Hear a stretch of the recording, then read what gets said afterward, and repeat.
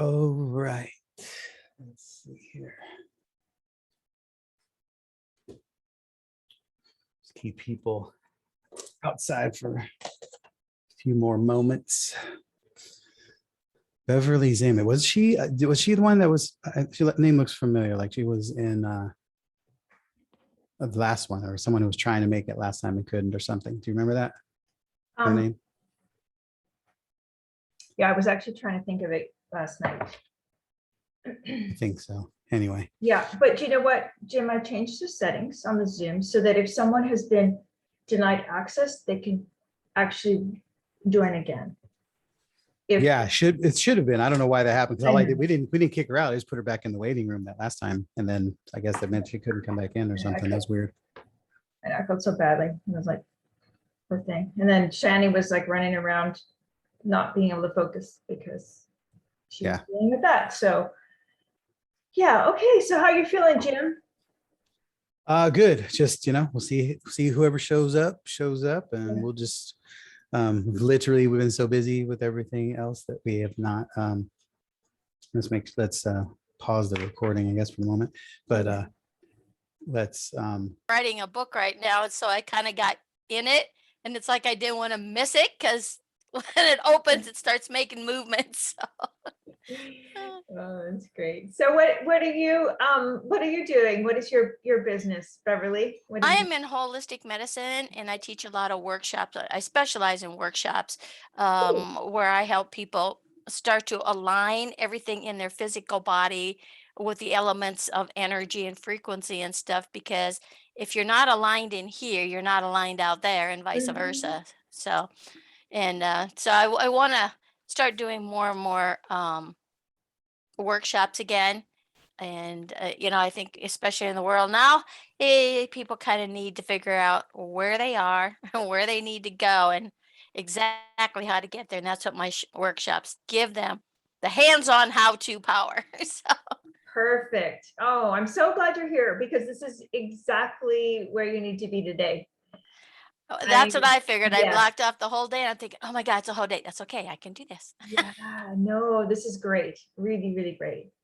Yeah. So. Yeah, it's early morning here. Where are you now? Where's I'm in Oregon.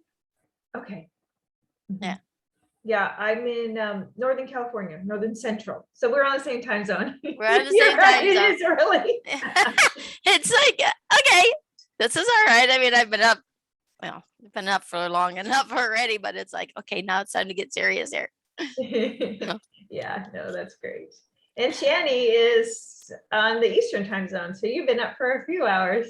Yeah, she's already got a half a day's work done. Yes. Oh yeah, she's a mover shaker. She's got a lot done. Yeah, I'm an early bird riser, so it's all right for me. Yeah, that's good. Yeah, they say sleep is overrated, right? Well, I'm sure you deal with a little bit of, that's part of that centering and aligning. It is amazing, and it does so many wonderful things. And it does. I usually start my meditations around 3:30, 4 o'clock, and then I go until when I decide I want to pull out from under the blankets. Yeah, so, that's great. Yeah. That's I'm not that early, but yeah. So we should have Jim here soon. Oh, there's someone else. So do we have a pretty good sized group coming on? Actually, I didn't look at the attendance, so I'm not sure. Well, but too bad for them if they don't show up, right? We have about 65 people registered. Okay. Awesome. And they're popping in now. I'm going to go ahead and mute. Okay. Well, I'm glad you're here, Beverly. Yeah, so am I. I've been waiting for this. So. Good. Welcome, everyone. Hey, recognize that face. Hi, Mark.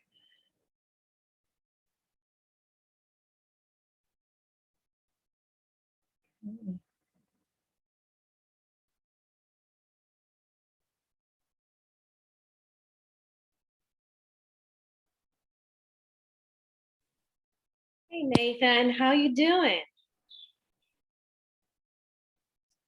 I'm okay. Yeah, I'm only here for an hour. Whoops. Am I still muted or unmuted? Nope, you're good. I'm You're good. yeah. I wanted to see how you're doing just because I know you're in Mexico, right? Yeah. Yeah. Did you have any effects of the quake? Didn't feel a thing. Oh, No. Thank God you're safe. I saw some images on the internet that looked pretty intense. I saw one image, but it was from Puerto Vallarta, ironically, and the restaurant, some sort of outside restaurant had collapsed. But when I spoke to a good friend of mine who lives in Bucerias, which is one of my favorite spots, nothing, virtually nothing. I didn't think there would be, but Mexico City, yeah, they tend to get more intense earthquakes there, from what I understand. But that's all I can tell you. I don't really know anything else. I didn't see any images from Mexico City. My girlfriend's father lives there, and he said the house shook for a while, but no apparent damage. Well, glad you're safe. Glad you're Yeah. here. Yeah, well, not for a long time, unfortunately. I've got a really booked day, and I'm hoping and praying there's a replay after this, because I've just got a really full day, but I can stay here for an hour. So that's the starting point. Good to see All you. right. Well, good morning, good afternoon, good evening, wherever you are in the world. So glad to have you here, and super excited for today and as it will unfold. And yeah, Nathan, good to see you here. And It's been a while, Jim. caught the tail end of your comments there. So A, good, you're safe, and B, as far as the recording goes, if you upgraded to the VIP, you get the recording, and you still can. We'll get through that. So absolutely, it's available. Today we are all here for the Build Your Event one-day workshop, where it's all about highlighting all the things necessary to be inside your event to create a six-figure revenue producing asset. We exist here at Gain the Edge to help create opportunities, and we are all about installing sales systems, strategies, and teams to make sure that everything can work powerfully, more leveraged, more scalable, more revenue, more opportunity. And an event is a sales system. It is a sales strategy, and it sets up perfectly to be able to deploy sales teams. So the reason we get so excited about events is because it accomplishes all the things that we do into one: sales strategy, sales systems, and sales teams, and gives the opportunity to really optimize all of that and create that revenue producing asset that you can rinse and repeat to make magic happen and continue to grow your brand, your presence, your essence. And we're just really excited about constantly sharing all the things that we do, because we do so many events and we're consistently optimizing sales strategies. And so we learn so much, and we're doing so much. We've generated $250 million worth of results for our clients, and we run 25,000 sales conversations a year. We do about 100 events a year, and so we gain so much expertise and experience and wisdom and knowledge. I wish I could say, because we do them all so well, that we are perfect. But it's not. We've never done a perfect event. Every single event, up front, we do everything we can to make sure it feels good, that it moves right, that it moves well, and that the outcome is achieved. But behind the scenes, we're always going, man, we needed to do that better. Hey, we missed that. Hey, where were you? How come that didn't happen? What do we got to do to get that working right? Right? That's happening at every event ever in the history of mankind. So, but the difference is for us is we've got systems and strategies to capture all of that and then deploy it into our existing systems and strategies, or optimize the systems and strategies that we have. And so we're constantly sharing the latest and greatest of what we're doing, what's working, what isn't, what's hot and what's not, and what's relevant to your process. So, these are fun for me to do because we get to every time we do them, we're consistently up leveling what we're doing. And then I get excited about being able to just pour out into you and your scenarios and your situations. So sometimes we have a bigger group with 50 people, 150 people who register, et cetera. And it's a little bit more formal. And then there's times when it's a more intimate group like this, which is great, because then you get a lot more, all your questions can get answered because when we're all working together in a setting like this, we get a lot more direct relevance to what you're doing versus here's the theory or here's the strategy, right? So I love those. So we're just going to jump in here real quick. We're going to do a little bit of housekeeping. And let's see where you're at. Help share about what's going to happen for the day, what we're expecting, what you can expect from today, and then we're going to share some of the resources that we've got for you, and then we'll dive in. So, but what I would love to do real quick here is just have everybody type into the chat where in the world are you? Just put obviously your name is there, but where in the world are you, and what is your expertise? So just go ahead and type it in the chat. And we just want to get a good feel for everybody. We've been the last couple of years, we've been attracting a very international audience. We have people all over the country here in America and all over the world. And it's exciting. Our team is that way. Our community is that way. So it's just really cool to see what's happening in different parts of the world, and the fact there's so many differences and so many similarities, right? Business is business and people are people. And if we get to the heart of that, that's what drives the engine of business, is really understanding how to engage and move people. And that's my jam. Carrie Hagan Smith, Sacramento debt specialist. Anais, is that saying correctly? Okay, good. Philadelphia. Cool. Master, you're pretty close. We're here in Nashville. So I think I could throw a rock really, really far and maybe land where you are. DNA level master healer, international coach. Cool. Definitely looking to learn more about what does that mean specifically for you. Allison, of course, Northern California. Allison is our client concierge here. Her job is to make sure that you guys are taken care of. That's probably the simplest way I can describe it. And we always get such amazing feedback from all of our clients and the people in our world about they just love Allison's touch and her personality, and they all really appreciate how much she serves them and how much she does for them. So she makes us look good and makes you feel good. Jessica Golden, Colorado. She is marketing director and technology chief here. Nathan, Mexico.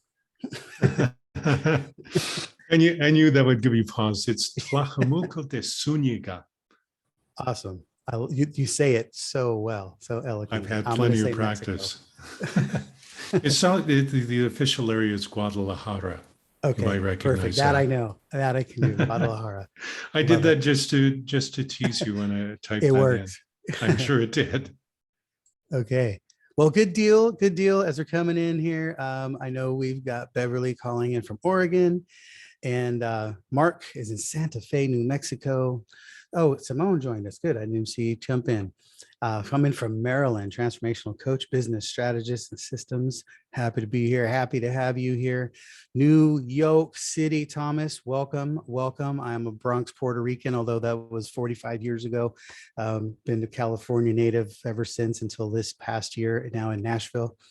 Shani is in Curacao, and I don't know how she gets that little C to show up like that in Zoom, but Curacao, awesome. And she is a part of our team and somebody who is here. She provides additional strategy support and insight, and she's really, really good at helping you see what paths lie before you and how do you make the decisions to take the action either way.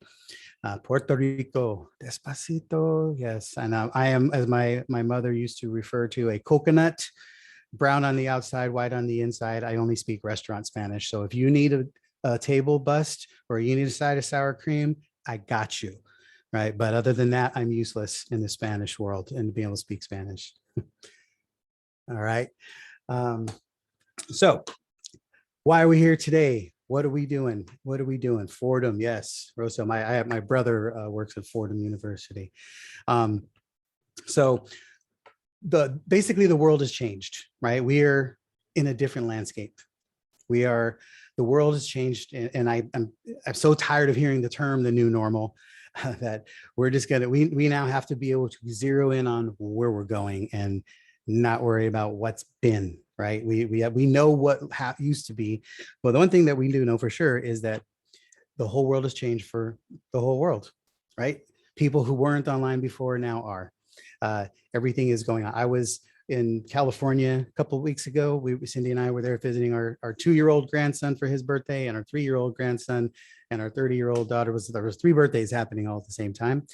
And we were in my mother-in-law's house, and my 87-year-old mother-in-law's house, and it's relevant because I was watching, there was like a snapshot in time, and I saw my 3-year-old grandson on the TV dashboard trying to find, going through Disney and Roku and Hulu and stuff, and he was trying to find Coco Melon, but he doesn't say Coco Melon. He says Coco Mani. Can we get Coco Mani? But anyway, that was he was focusing on that. I'm watching my 3-year-old grandson do that. At the same time, I'm watching my 32-year-old or 34-year-old daughter try to get into the cloud because her and her husband and kids just came back from a trip to Mexico, and they wanted to show pictures, and they were all on the cloud. And at the very same time, around the corner, my 87-year-old mother my mother-in-law in her computer was on Facebook trying to find a recipe that her 75-year-old friend sent her. And I thought, that's it. The whole world is online. The whole world, from 3-year-olds to 87-year-olds, everybody in between, whether you're looking for education, recreation, recipes, business, health, fitness, doesn't matter. Everybody's eyeballs are there. And if you want to win, you got to learn how to capture people's attention in the virtual world. And then from there, lead it. Where it used to be, you capture people in the real world, and then you brought them online.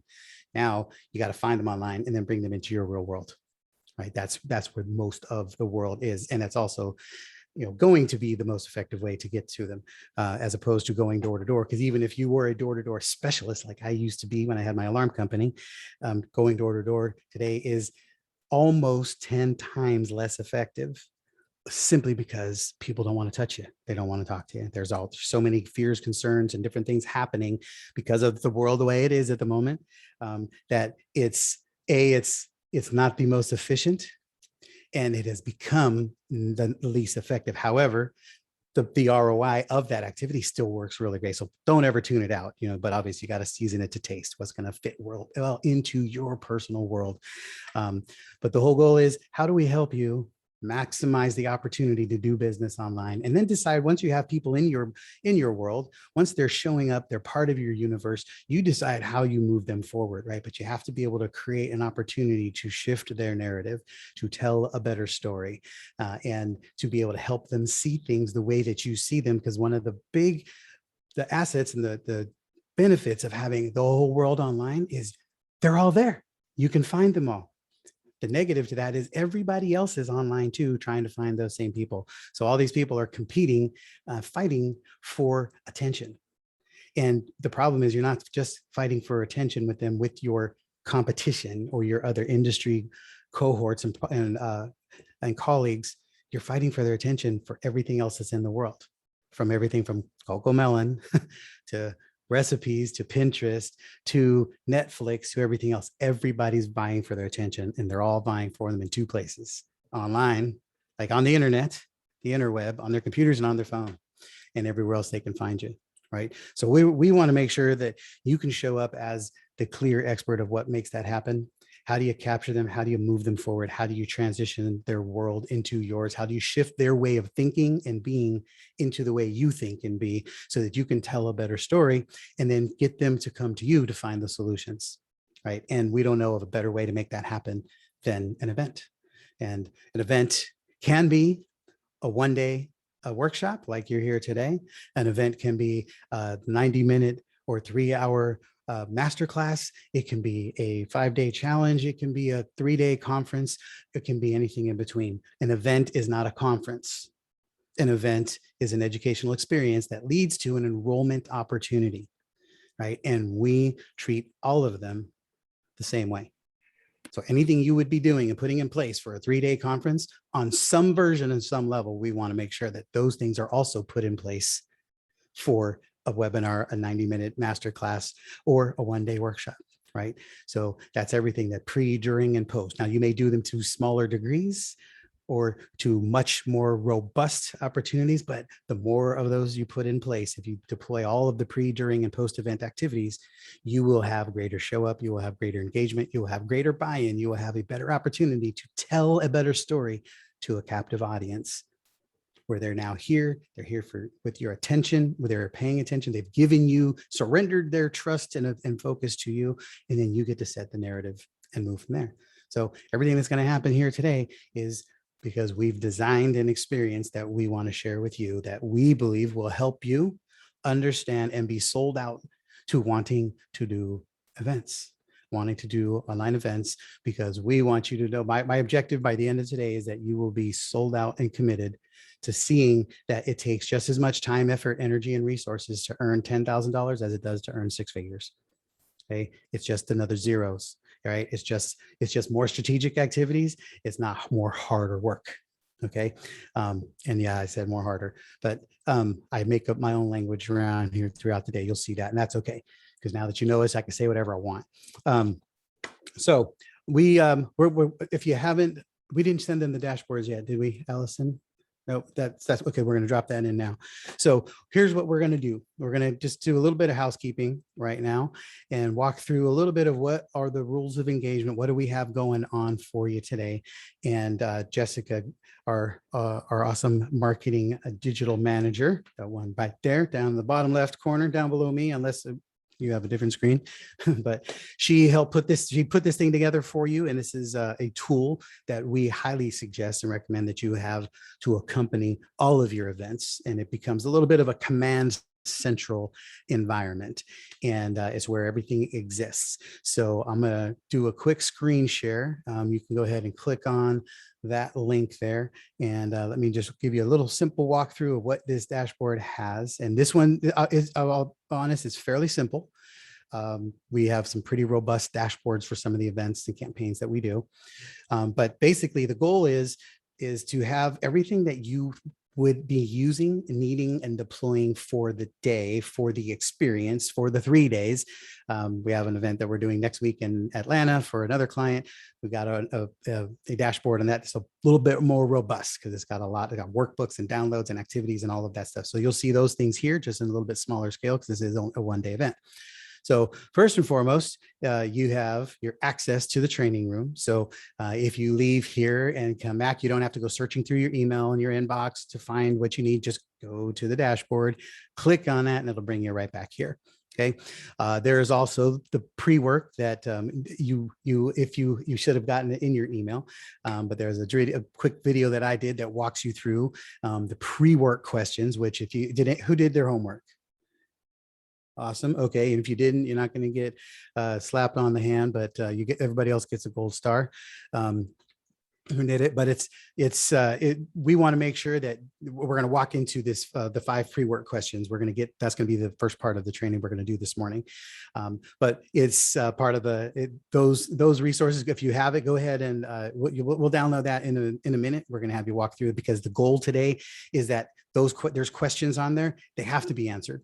And the whole focus around those questions is that if you don't answer them, if you don't have some clarity around them, they don't have to be the permanent end all be all that you write in a Sharpie pen and can never come out. You're not tattooing it onto your skin. However, you need to have it because it starts to set the direction of where your event would go. What would the event be? Who would it be for? How would you put it together? What would be the flow arc? Everything else we do to strategize the ultimate success for the event is going to start with these questions, right? So they're very important for us to get done. You can go back and check the videos on the break. It's just me doing me, trying to make sure you're really clear and excited to know what's coming and trying to help you set the stage for why you need to do that piece and what to expect here today and all of that. The other piece here is the copy of your checklist. You can download it, but I just want you to stay focused with us right now. Don't chase off like squirrels. I want you to stay here. We're going to walk you through this, what this dashboard will look like, this checklist. It's got 165 different rows of activities. These are things that we do for every event that we work for our clients, right? So for you to go and deploy this, you could take this and go run right now. And I would say, God bless you and good luck if you can take this and then implement everything. We have teams, strategies, systems, and templates to implement all this stuff. And there's times we can't implement all this stuff. Plus, we're the ones that created it, right? The likelihood of you going just running off with it would be very slim. But we want to be able to walk through this so you see what are those things. There are a handful of these activities that we're going to actually do today, walk through and get you some context for what they are. The rest of this is going to be something that we're going to bless you with as a gift to try to figure out. And then in pure transparency, we're also going to make some offers and invitations that will put us in position to help walk you through this, build this and create this with you so that you can have a powerful, robust event that is designed and strategized to win. Right. Also on the dashboard, there is that you will be invited. And I will encourage you at any point in time to click this link to book a call, and that will get you with Shani, our beautiful and talented strategist here, who is here to help you get clear and make decisions about where an event, what to do with it, what are your hangups, what are your thoughts, what clarity do you need, right? So I want to encourage all of you to book a call with her. So that you can get some extra access. And so as the key is, I would say book it. And then as you're moving through the day, keep track of what are the questions, what things don't you not get answered here that you can then get clarity with her about. And what are the things, think of it from this lens. What am I learning today that I would like to scale into, I would like to implement and deploy into my event? I'm just not sure, or into my strategy, into my systems, and then bring that question to this conversation, but book the conversation, right? So that you have that already handled. And then we will give you other prompts to do so for other reasons, okay? And then, again, we're walking through the whole dashboard because you have it, and I know you guys are gonna be squirrels and looking at that all anyway, so at least want to put some context to it. Later today, we will be walking through what we call the offer pyramid, which is very relevant to what will be necessary for designing your event.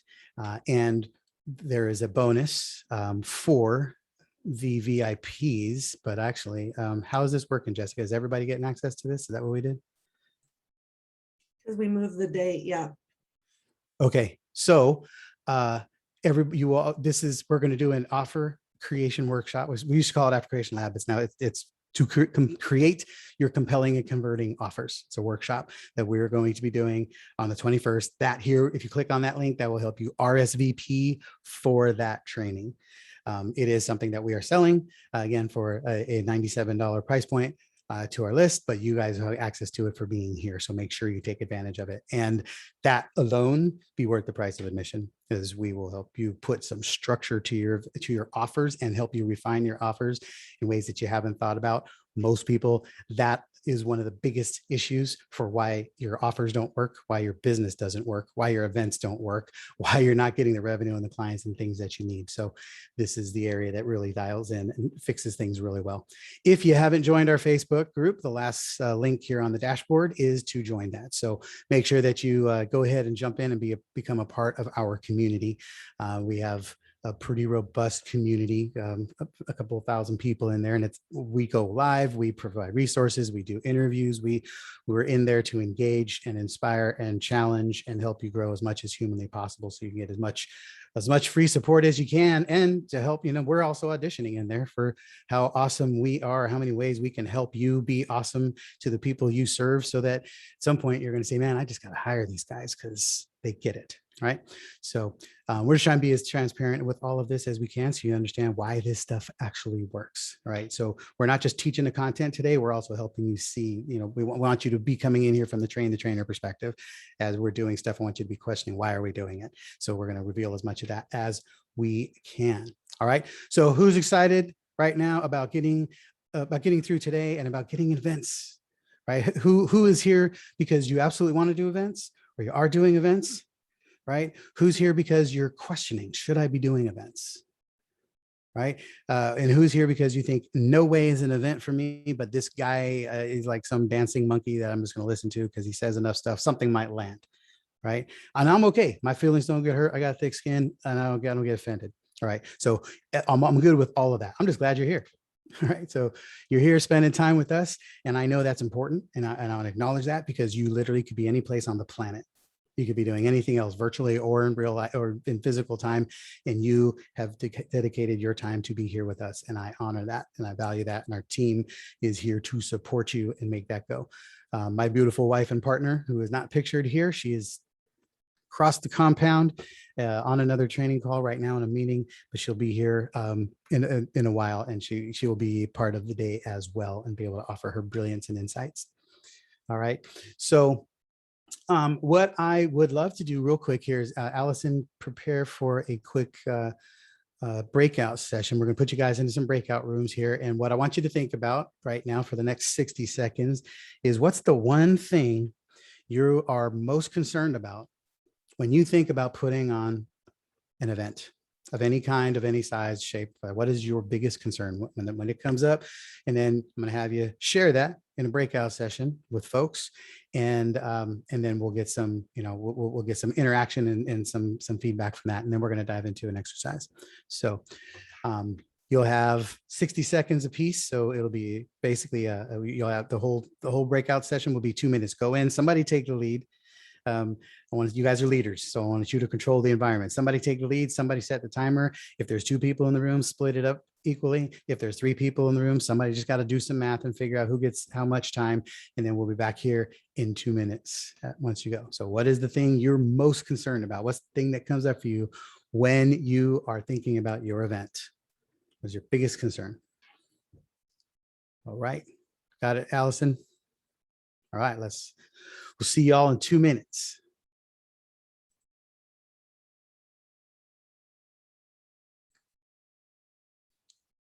Dun, dun, dun, dun, dun.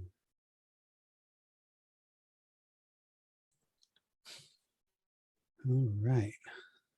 Looks like they're all paired up. Good. Except for Andrew.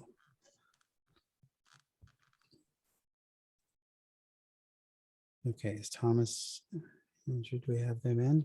Are they leaving anybody hanging? Looks like there's 2 people. Oh, Andy was just late joining, so no, he's good. But is there anybody by themselves in the room? No, Okay. just you. I always put you in Right. your own room. Perfect. All right. So those watching on the recording, this pertains to you too. You got 2 minutes. So what's the thing you're most concerned about? What's the thing you're most fearful of?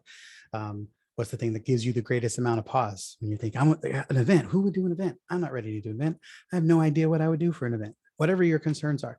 And since you don't have the interaction piece here, go into the Facebook group and share it. Just take a quick post. My biggest concern when thinking about an event is, and just start sharing it. And we're here to help you. We're here to help you get clarity. We're here to help you get a breakthrough. We're here to help you see things differently so that you can take action. That's usually the biggest reason we don't take action is because we're not sure. We're usually not sure because we're not clear. Clarity is what drives the day. So ask as many questions as you can. Okay. Bum, bum, bum, bum, bum. Is Mark in there? Yes, he is. Good. Okay.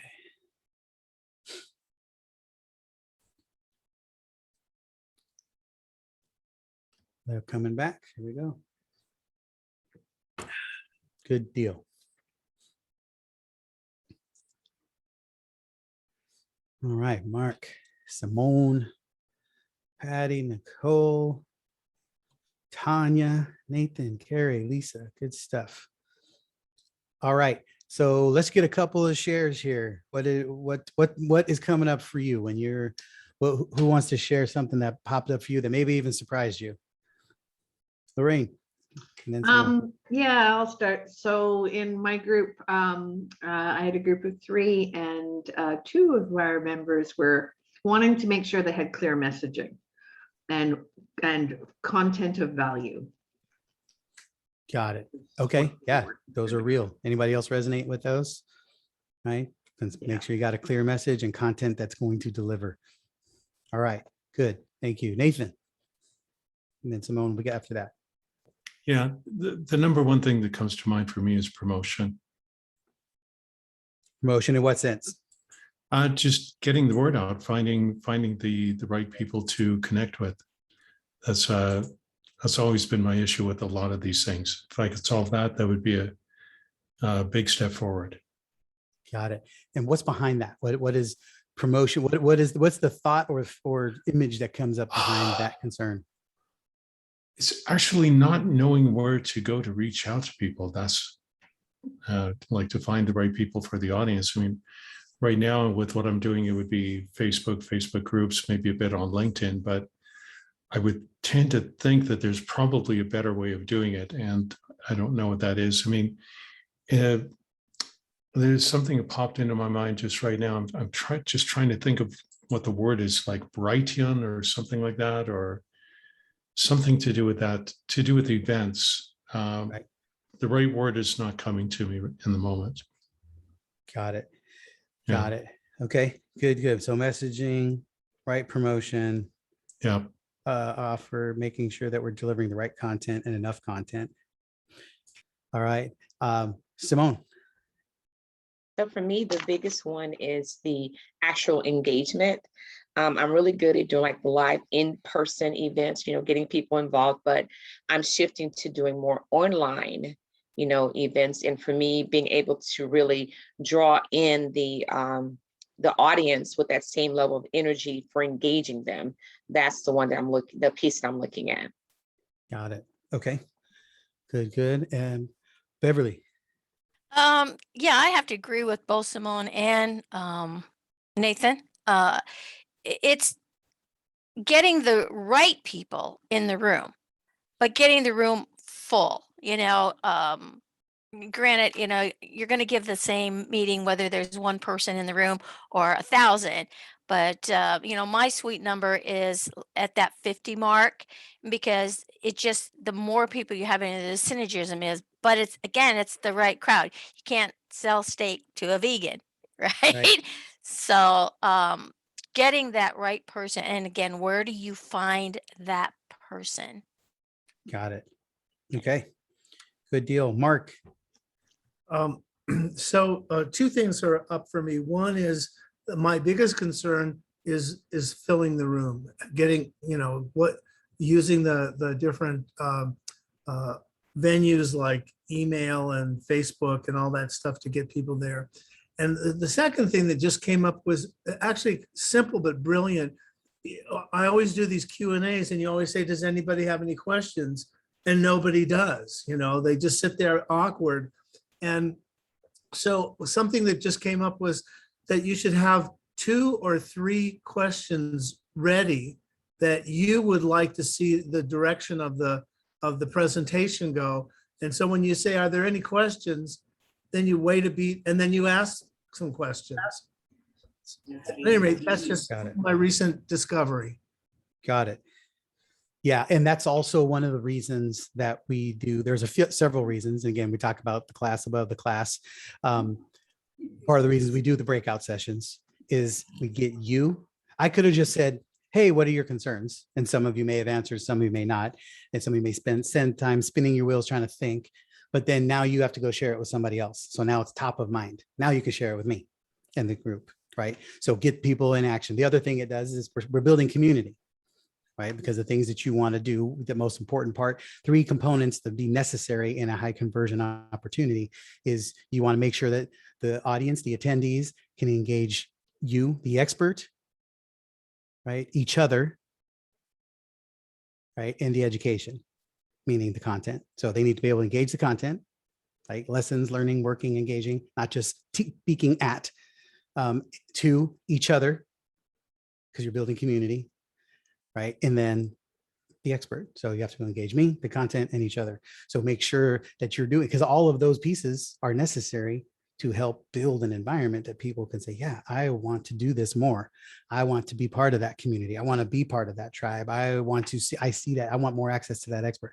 I can see how this content can help me. I need more of it, right? Because I'm putting it into action as opposed to just being told it. Okay.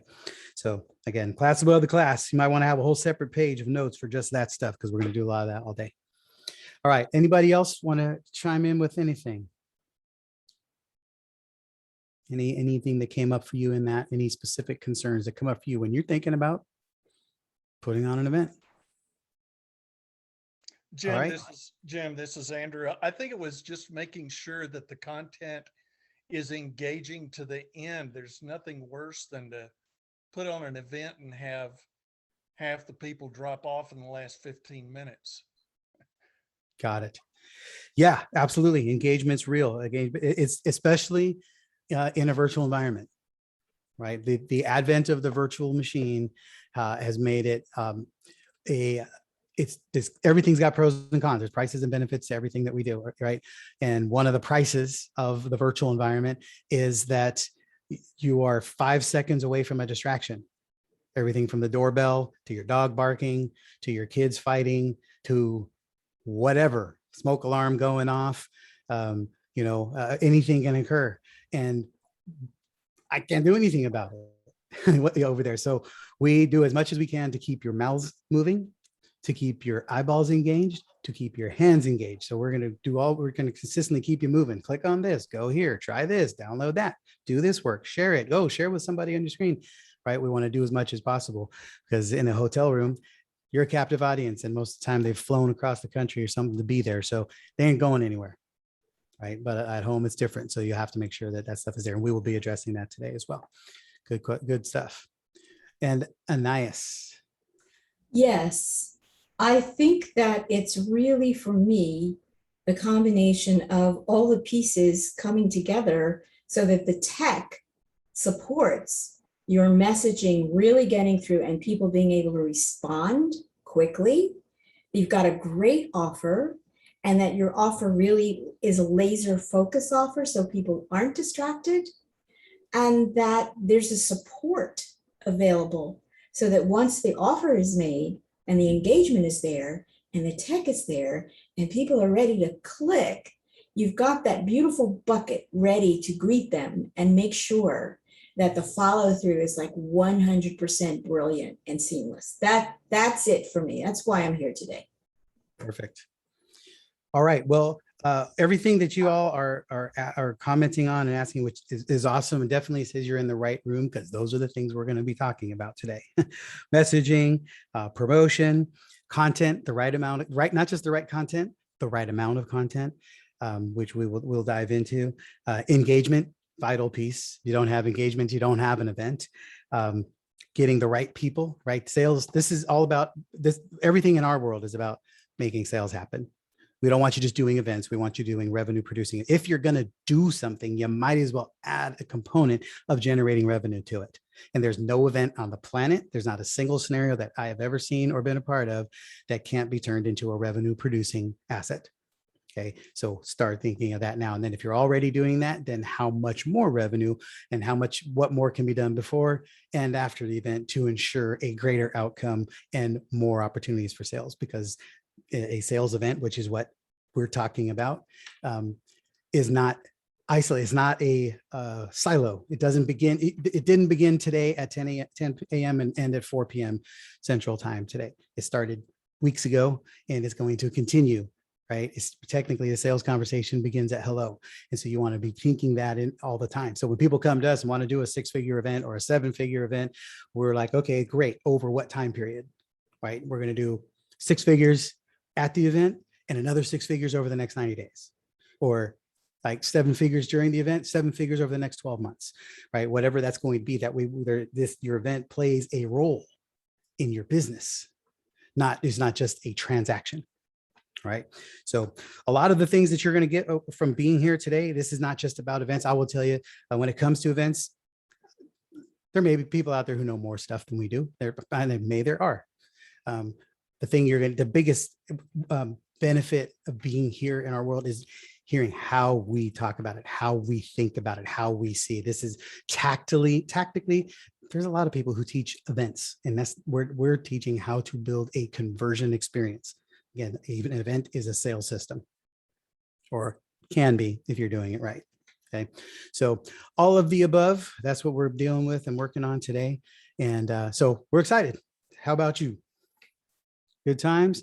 wherever possible, unless you just have a really bad connection, if you can be on video for our benefit, just so we can see. If I can see you're paying attention, then I get the better results I get from you, the better I give to you. So, make sure that you're interacting, commenting. Feel free to use the little emojis on the bottom to let people know that that was a good idea, or that you think I'm funny or not funny, whatever. I have thick skin. I don't get insulted too easy or offended often. So share anything, ask questions, and we'll do what we can, or do our best to get to them. Ask them in the chat, and if we can, we'll pull you out at certain times to dive into the specifics of those questions. And Simone, what's up? So Jen, thank you. I have one quick question for you. When you look at events, how are you defining events? Because the reason I'm asking, because I know there's like different levels of events. Like some people, I know, like for example, David Bear, one of his big things is like his event, Powerful Living, is like his big event. So he does everything that leads up to that, and he sells this really big thing on the back end of it, right? So when you're talking about events in this this capacity, are we looking at big scale events, or are we looking at some like the smaller ones that could, like for me, I'm doing like master classes and stuff, which is an event, but it's not on this grand scale. So are we looking at the grand scale events? Are we looking at, or just it pertains to all level events? Because they're not all the same. Correct. I know David Bear very well. And here's the thing. Let's talk about the word. It's okay. Right now, 90% of people, when you say the word event, they think of a David Bear event, right? Conference, 3-day conference, all the bells and whistles, Tony Robbins event, right? That's not an event. That's a conference. It falls under the umbrella of event. It is not synonymous with event. Okay. So an event is, in our world, an educational experience that leads to an enrollment opportunity. Okay. And what we've done is, because we've done hundreds and generated $250 million worth of sales results for these events, we've done so many of them that we know what it takes to create a revenue producing asset. So we take everything that happens in an event and we replicate that on all events, whether it's a challenge, a webinar, small masterclass, small workshop, whatever, it's still an event. And if you treat it like, again, if you treat it like the silo that it is, my webinar, my 2-hour workshop, right? Then you don't get as many people to show up. You probably don't get a lot of the right people to show up. You haven't got the right offer to message match. You don't have the right story arc. You're still missing components. So we want to treat, if you're going to do a webinar, we're going to treat it exactly like a conference and make sure we're going to put it under the microscope and say, okay, what happens pre, during, and post event to lead to the ideal outcome that will get them to transfer into your world. This is not about making sales, it's about providing an experience that leads to people wanting to buy. Difference. Okay. Beverly, go ahead. Thank you. Yeah, doing like say networking, weekly networking is where you would spotlight one person, and they could give their, 15 minutes to fame, so to speak, and have that offer at the end, but also get the interaction from the audience as what can I do for you? How you can assist me, how you can help me grow my business. Is that the type of events that you're doing as well, or not so much? Yeah. So as opposed to thinking of the specifics of the event, I want you to thinking about the experience. All we want to focus on is what's the experience and the outcome that's necessary for them to think differently about what you do. Because if that doesn't happen, you're not going to sell anything to anybody, right? Or you're going to work really hard at it. So we just want to make sure of that, how much can we affect? I do a lot of 3-minute talks that lead to 20, 30, 50, 100, opt-ins or enrollments or whatever the call to action is. Right. So, but it's because, I promise if I do a 3-minute talk, I put in just as much time, effort, energy, and planning and strategy as I do for a 90-minute webinar. Okay, because we're looking to move out of the Zoom squares into virtual reality. Right. And that's where we are. We've got the world bills out and stuff too, to be able to keep that attention, as you were saying, better and more alert there. So, okay, I'm really excited about today. I am so excited. Thank you. Good. Yeah, because you're going to find like most of my, yes, there's nuances. If you're going to do a 3-day challenge versus a 17-day launch sequence, there are nuances in the tactics, right? To me, those are all tactics. The strategy is this is a conversion event. The tactic is it a launch? Is it a 3-day challenge? Is it a 7-day challenge? Is it a 1-day workshop? Is it a 90-minute webinar? Is it a 3-minute talk? Those are tactics.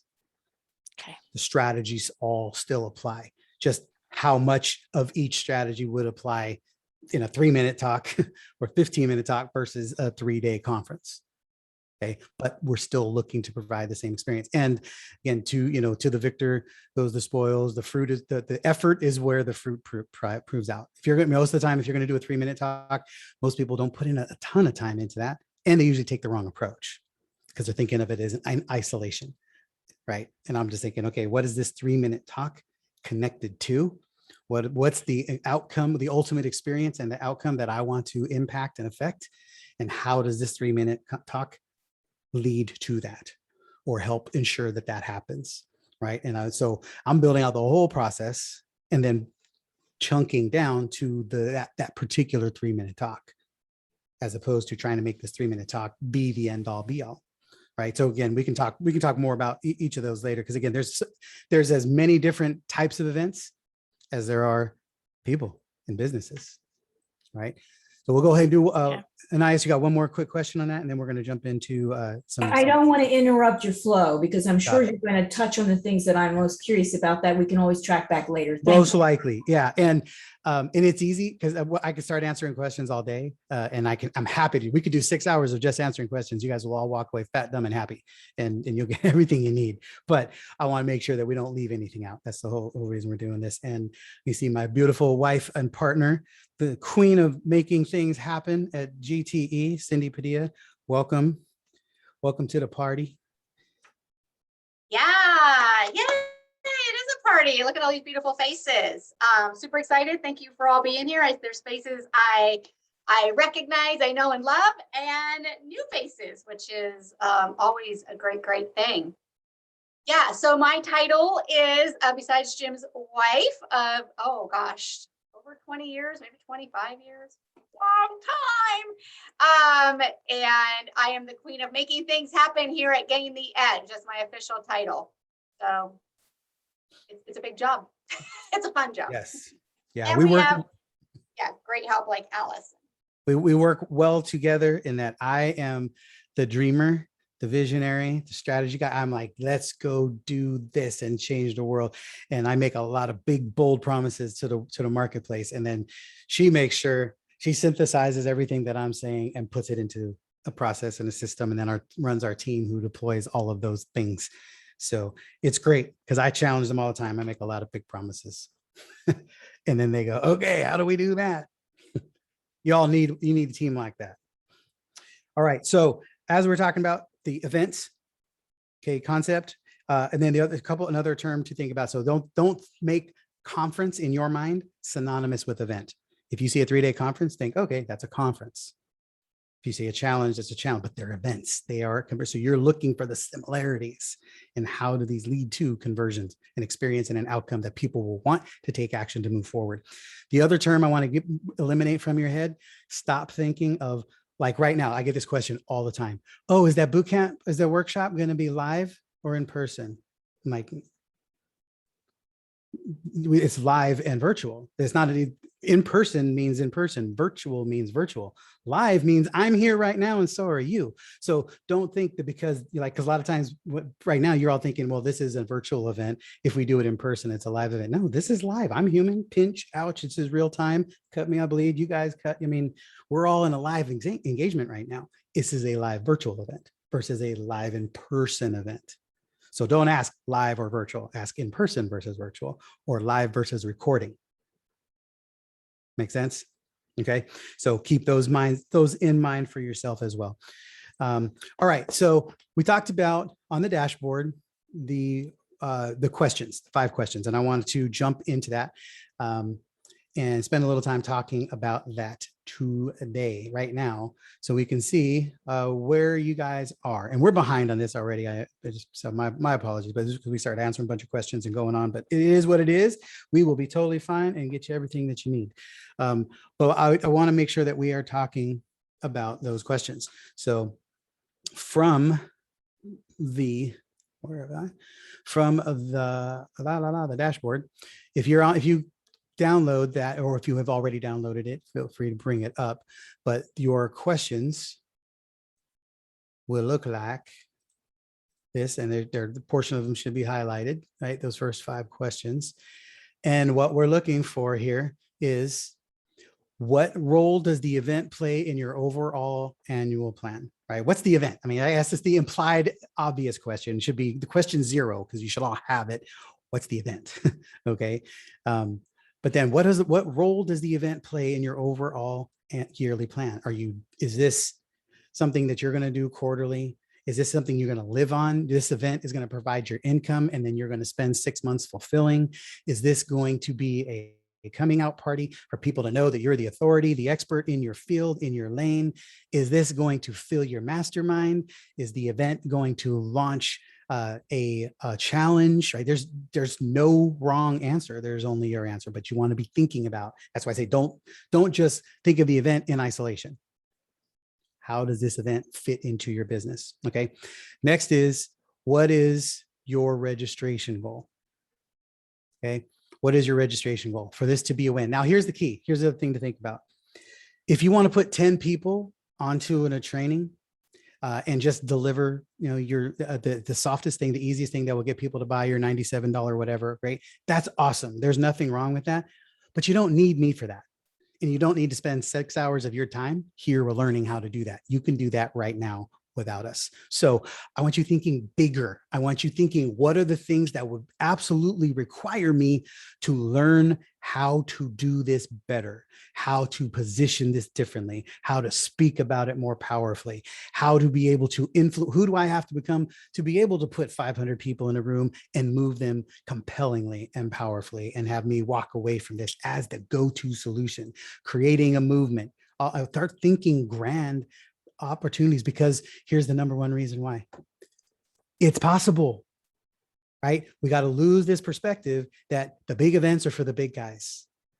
Okay. Events are what make you the big guys and gals. Okay. That's the key. This is the secret sauce for you becoming that. So I want you to start seeing yourself in front of rooms, on stages, in front of tens, hundreds, thousands of people. Unless that's just not part of your plan for the future. You don't see yourself ever doing that. You're only going to work with 10 clients for the rest of your life and go deep with them and change their lives. Hallelujah. But that's not what we do, right? I want you to be thinking bigger. So don't set your registration goals based on what's in your junk drawer right now. Set your registration goals on what you want to become. What's the outcome you actually want to achieve? Because maybe your goal is 1,000-person event. You walk away making a $10 million outcome, and you are positioned as the expert in your field, and you are known as an expert around the world. Great. That isn't going to happen in 90 days. But maybe over the next 12 or 18 months it can, and we can stage the process and the series of events that needs to lead there to make it happen. But if your only objective is to run a 10-person event, we can't think beyond that. That makes sense, right? So don't think in terms of what you're capable of doing right now and on your own, because you're going to learn things. You're going to learn things today alone that are going to help you think differently and move differently. And then, of course, whatever invitations that we might bring you to, will be able to help you scale that and accelerate that even greater, right? So what is your registration goal? What would you like to see? What do we want to be in front of? How many people do you want to be able to change the lives of? Then what is your sales goal? Good, better, best. And don't be humble. You have to have something that's going to motivate you, right? I want to do a 6-figure event. I want to do a $500,000 event. I want to do $1 million worth of event revenue. Okay. What is that? Good, better, best. At the very least, I need to make sure that I don't do nothing. I need to make sure that I make $50,000 at my event, so I can instill confidence in myself, prove to myself that I can actually do this. Right. And then who is it for? Who is it for? Okay. This is not an elevator pitch avatar focused person. Who's the person? Who's the person? Who is your market? We're going to be talking about some of that today. and a lot more of that in the offer creation bonus that you guys need to make sure you register for. But who's the person in who's the market that you serve, right? Where are they? Are they growing? Are they easily identifiable? And growing meaning the market, is the market growing, right? Is it easily identifiable? What is the bleeding neck problem that they have? What is the on fire problem? Okay, this is one of the biggest issues for most people, is we spend a lot of time trying to market and attract people who don't realize that they have a problem big enough, strong enough, bad enough to be solved, because they're not bleeding. They're just sore. And when you're trying to just sell somebody on sore, people can tolerate sore for a long time before they need to do something about it. Have y'all been there? Right? So you want to be thinking of who's the person who's got the bleeding neck problem that's so obvious they need to do something about it. Right? When you can tap into those, your sales become much more effective, more easy. You become more compelling to those people because you have a solution that they readily need. Okay. And then what's the hook? And I want to get away from marketing jargon. Okay. The hook is simply why should they come? Why should they come? What are they going to get from this? Why does it matter? Why, what should somebody come to spend 90 minutes, 1 day, 3 days in your world to gain? What is the thing you're going to help them see differently? Like for us here, we want to help you see that a 6-figure event is literally a decision away. A 6-figure event takes just as much time, effort, energy, and resources as it does to create a 10-figure event. Right? That is our objective. We want you to be able to be positioned well, attract, not just well, we want you to be positioned premiumly, right, as a go-to solution in your industry. We want you to be able to attract premier partners that will promote you, that go to ends of the world to promote you and elevate you to their marketplace, to their people, and that you start having bigger, more predictable, more powerful paydays. Right? That's our objective. That's the hook. That's why you're here. Not necessarily here because you want to do events, right? You're here because you want a bigger payday. You want to attract bigger partners. You want to be positioned more powerfully, which is what events do, right? Especially the way we do them. All right. So let's give you guys a couple of minutes and answer those questions. You're not writing a novel.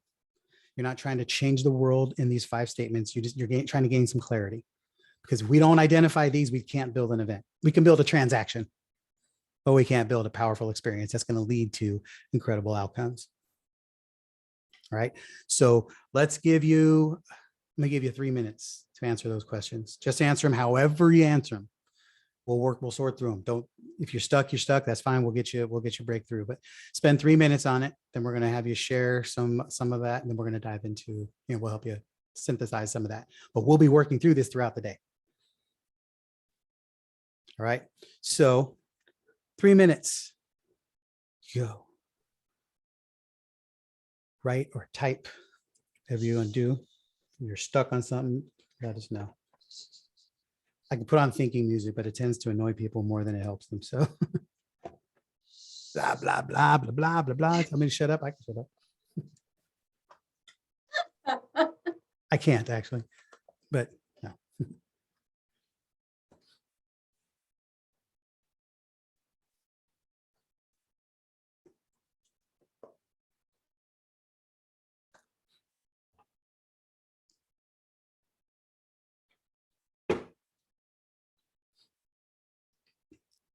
'Bigger impact, more global healing, bigger paydays, greater generosity.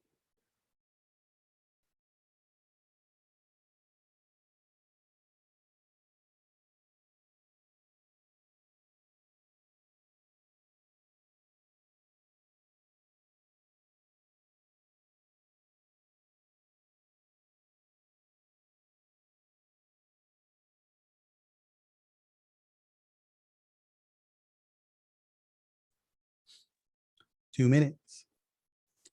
2 minutes. Go ahead and keep writing. But you'll understand, you'll see that it's the rare occasion that we're ever going to give you 10 minutes to do something, right? Because as leaders, you got to be able to think on the fly. If you're going to run events, you got to be able to think in the moment. You got to be able to see what's happening.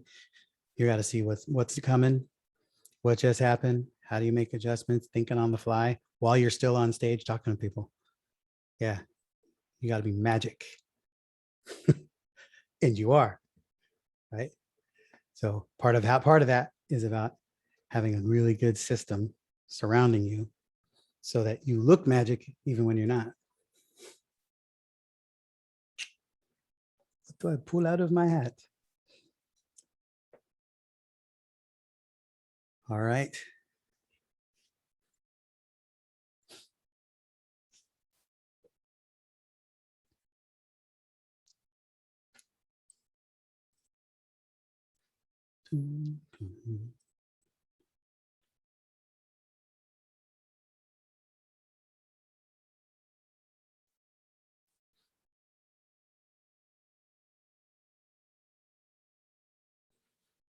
Yeah, you can't mute me. Not possible. All right, I see a lot of people are starting to look up. All right. I just want to interject here, like this is, Jim and I talked about this event this morning, and this is a really important part of it, right? This is where you really, take the opportunity to dream, to get excited, to expand the possibilities, and no limits. Jim is a no limit thinker. Sometimes it's wonderful to witness, and other times it's it's scary and frustrating and craziness. But we are creators of opportunity. Like that is what Jim does really, really well. It's what we do as an organization. Is we create opportunities for the future, for you, for our clients, for our team members. Like that is just the gift that we have. And so this is your opportunity to just like take the lid off. What's really possible with a live event entering your business model? For sure. Super exciting. Yeah. And everything that we do is centered around, putting things in front of you that require faith, action, change, partners, differentiation. If you have goals that you can achieve with all the resources you currently have and all the person you currently are, that's cool, but that isn't compelling to me. I'm not, good luck, love you, but I don't care. I'm good, right? We exist to create opportunities, and that's both within you, around you, for you, in front of you. And I want you to just start engaging, start seeing what's possible for yourself. That's where the fun is. If you're not having fun in this stuff, why do it? Right. All right. So, yeah, let's go ahead and get them into breakout rooms, and you're just going to share, just give your answer. The only feedback required, no coaching, no nothing, just thanks for sharing. Right. And then do the opposite. So just run through those 5 questions and the answers for your partner, and we'll do the same, go into the same groups. We'll probably mix it up in a bit, but let's get you to talk to the same people, get a chance to know each other a bit. And so we'll give you 3 minutes for this one. So you have a minute, maybe a minute, 20 seconds or something. Might get generous here. All right. So we'll see you in 3 minutes, friends.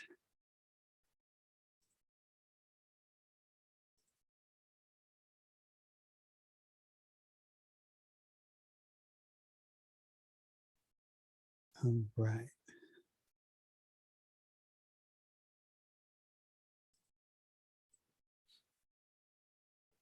Go. Jump in, people. Go ahead and accept your rooms.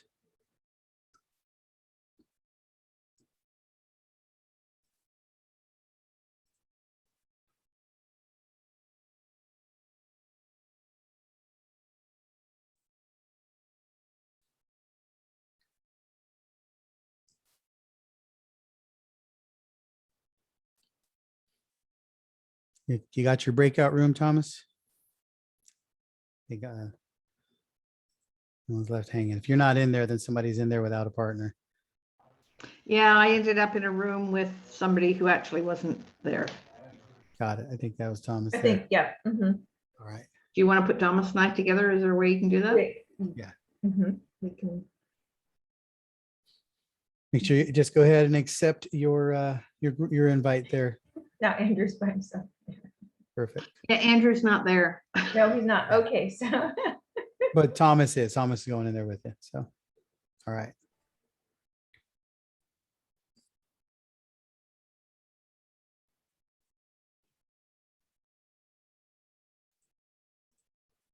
All right. Do you re-invite them? Do we send the invite? Yeah, because nothing's popped up at the moment. Send them in. All right. Well, Yeah, we'll just sorry. we'll just I have can't. you share here. How about we share here? Yep. Yes. All right, do you want me to go ahead? Yeah, go for it. So the role that I want an online event to play is for positioning and profit. My ideal vision at this moment is 50 butts in the seat. And my sales goal is 50,000 on signing in 10 6-month clients. Who's it for? Women experiencing massive transition and reinventing who they are in the second half of their life. And the hook is they want to answer the calling that's deep inside by gaining clarity, confidence, and certainty so that they can be more compelling. Okay. All right. Yeah, good starting place. All the components there. Now we just polish them up. Good stuff. All right, Thomas. Okay, my role is primarily just to get people interested in my service, to get a one-on-one with them. The ideal client would be someone that needs to help their senior parents into making a decision on which way they need to go, and that's why getting an individual session with them is so important, because a lot of these people do not want to discuss it in a group setting. It's for the children of elderly parents that have to make a decision in which way they're going in life. The hook is, again, the need that something needs to be done for them to extend the comfort in their life, and that they need the children of these parents need help, and I would be there to help them. Now I missed something, right? Number 3. Yeah, I like that. I have somebody, a client that we have that I want to introduce you to, because you guys are both in, serving the same market, and can really help each other on that. I would say let's play with that hook. So, because the meat of it is there, but what is the compelling nature, right? What is the problem? What's going to be compelling to them? That they need help. They can't do it on their own, right? Especially if they live at a distance from where their parents live or their parent. Right. So, okay. And so what we want to do is here's an interesting piece of tactic, strategy, thought process. What's most compelling for people in messaging, in a hook, like the content can be, we're going to help you gain confidence and clarity and certainty around this. The hook is you have to address their objection to the premise, right? What do they believe that keeps them from buying that? Right. Okay. I don't think it's that easy. I've tried this forever. I can do this on my own. Whatever it might be. So the hook is getting you from that place, right? That you don't have to do it on your own. Doing it with experts so that you have more confidence in the decisions you're making, right? Because it still speaks to somebody who wants to do it on their own. And I'm just making that up. But somebody who wants to do it on their own, but you're acknowledging that, and you're addressing their resistance to your premise. Great advice. Sense? Thank you. Okay. So whatever your premise is, you don't market the premise. You want to market their objection or their resistance to your premise. Great. All right. Thanks. And yeah, Jared, I get you. But that's what I was just explaining beforehand. You guys are your leaders. your sales, you guys are all sales experts, that if you're entrepreneurs, you're in business, you're sales expert, your job is to help people start to see things the way that you do. You have to think twice as fast as the people who you're addressing and working with and be able to be present. So we're challenging you consistently to be able to make your points quickly and succinctly. And if it's not something that you do regularly, it's going to be a little bit awkward and uncomfortable as you're working through these, but the objective is to get you there so you can make a point. Something that you might take 60 seconds to make a point, how can you make that same point in 10 seconds? Right? How do you make a point that you take a paragraph to explain and put it into a sentence? Right? It's something, it's not for most people, it's not something we do regularly. So it takes a lot of practice. So that's usually what we're doing here. Cindy, you got something? Yeah. So I just suggest, Jared, if you want to come off mic and get some one-on-one feedback and laser coaching, then I'm going to voluntold Nicole next. I wasn't looking for that. I was just simply in the breakout room trying to find out what the other person does for business so we can help each other. But I will just ask one question here because I loved what Jim just said about what the hook is. It's the resistance point. So what I just wrote, and I may, change it, but that the top officers of either a bank, a hedge fund, a private equity fund, conceivably an insurance company, although they're usually tight with a dollar, that they themselves can design a new financial product consistent with their industry regulations that can add 7 to 8 figures in additional revenue for their company. So I'm not sure that's necessarily the issue, but I will say I can speak very plainly for the hedge fund industry. That is actually the biggest problem they face. Is they're awash in cash, but they actually need to find different products than their own product that will have that won't be correlated or that can attract different investors that may have social and environmental goals and that sort of thing. Got it. So for clarity then, so you can give them the ability to move freely about the cabin in ways that they can't inside of their own regulation. Yes, and I think that the fear is going to be, I'm a corporate employee. How could we ever do this? I work for a bank. Banking's been done this way for, a million years. So it's going to be, being that support structure for those employees to say, you know what, we can do this. Here's the process that we're going to use. Here are our regulations that we have to follow. And that's the nice little moat, is that in these industries, there are regulations that apply that can often interfere with creativity and innovation.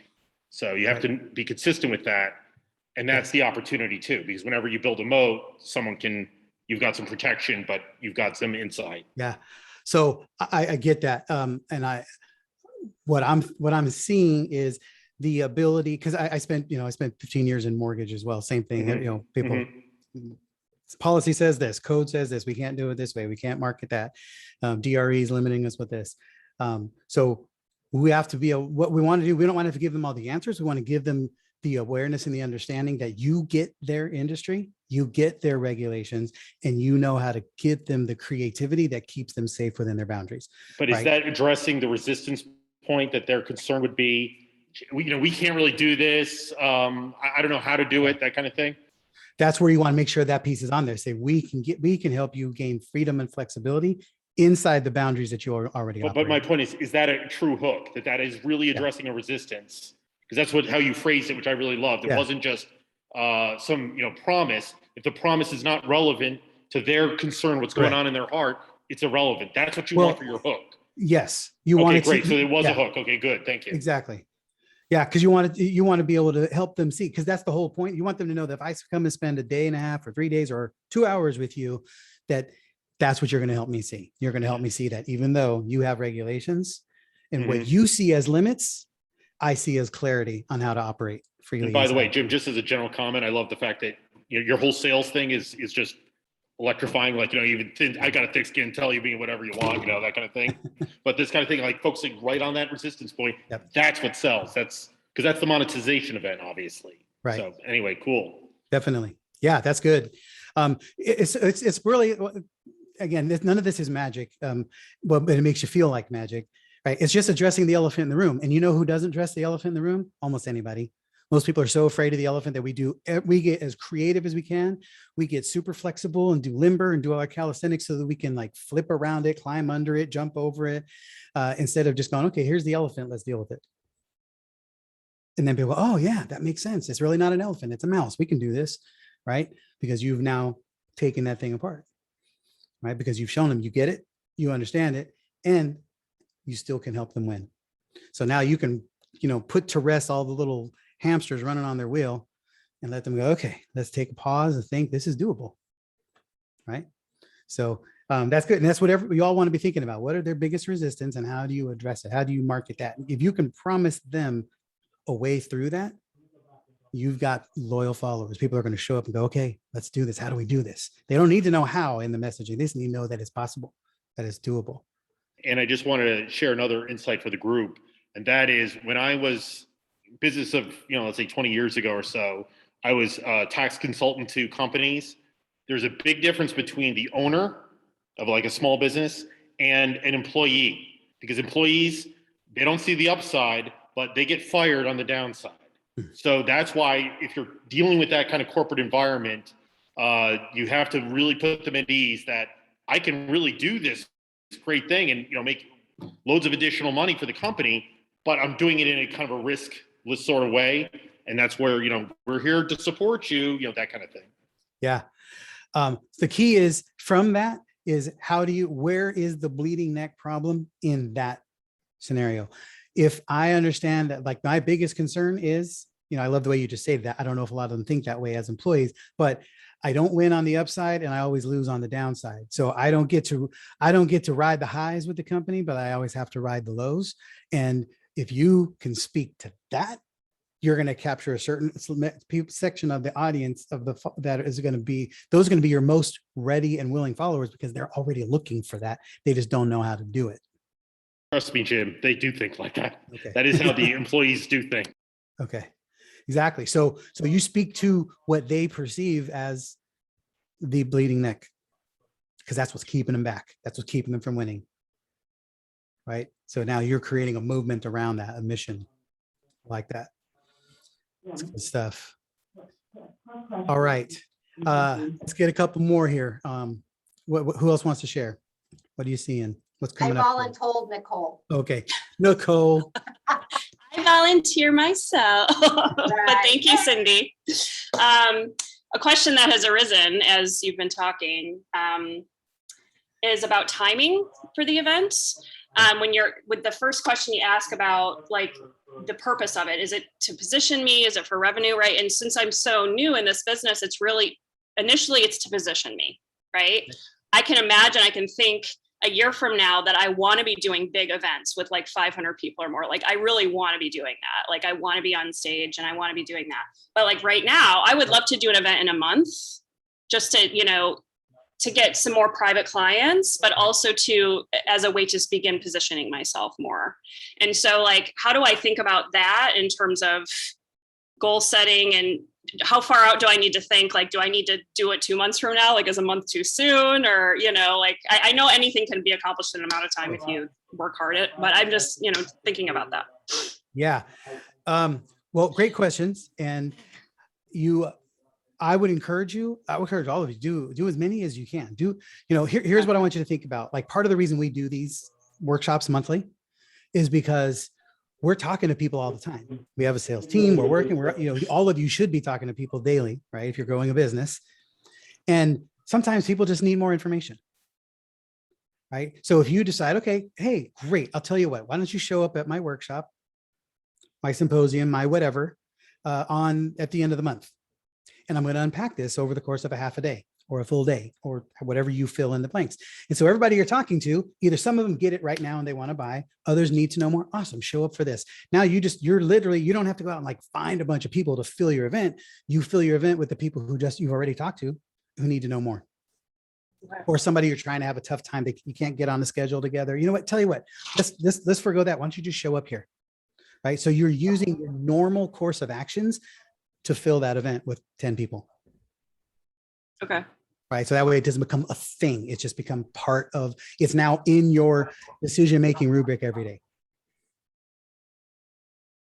Right. That's and we helpful. do that here. Just we talk to people. Sometimes they need to say, I don't know yet. And so then we just send them here. Show up on that and you'll unpack, spend a day with us. We'll unpack it and you'll learn more. Yeah, and then just one quick thing. I know we were, you want to share who your audience is, Nicole? Because we were trying to fine tune and then connect the dots. Like, what's their bleeding neck problem? Yeah, so my audience is women who are still working in a job, but have like a passion that they really want to be working in, right? Whether it's full-time or not. So kind of bridging that gap.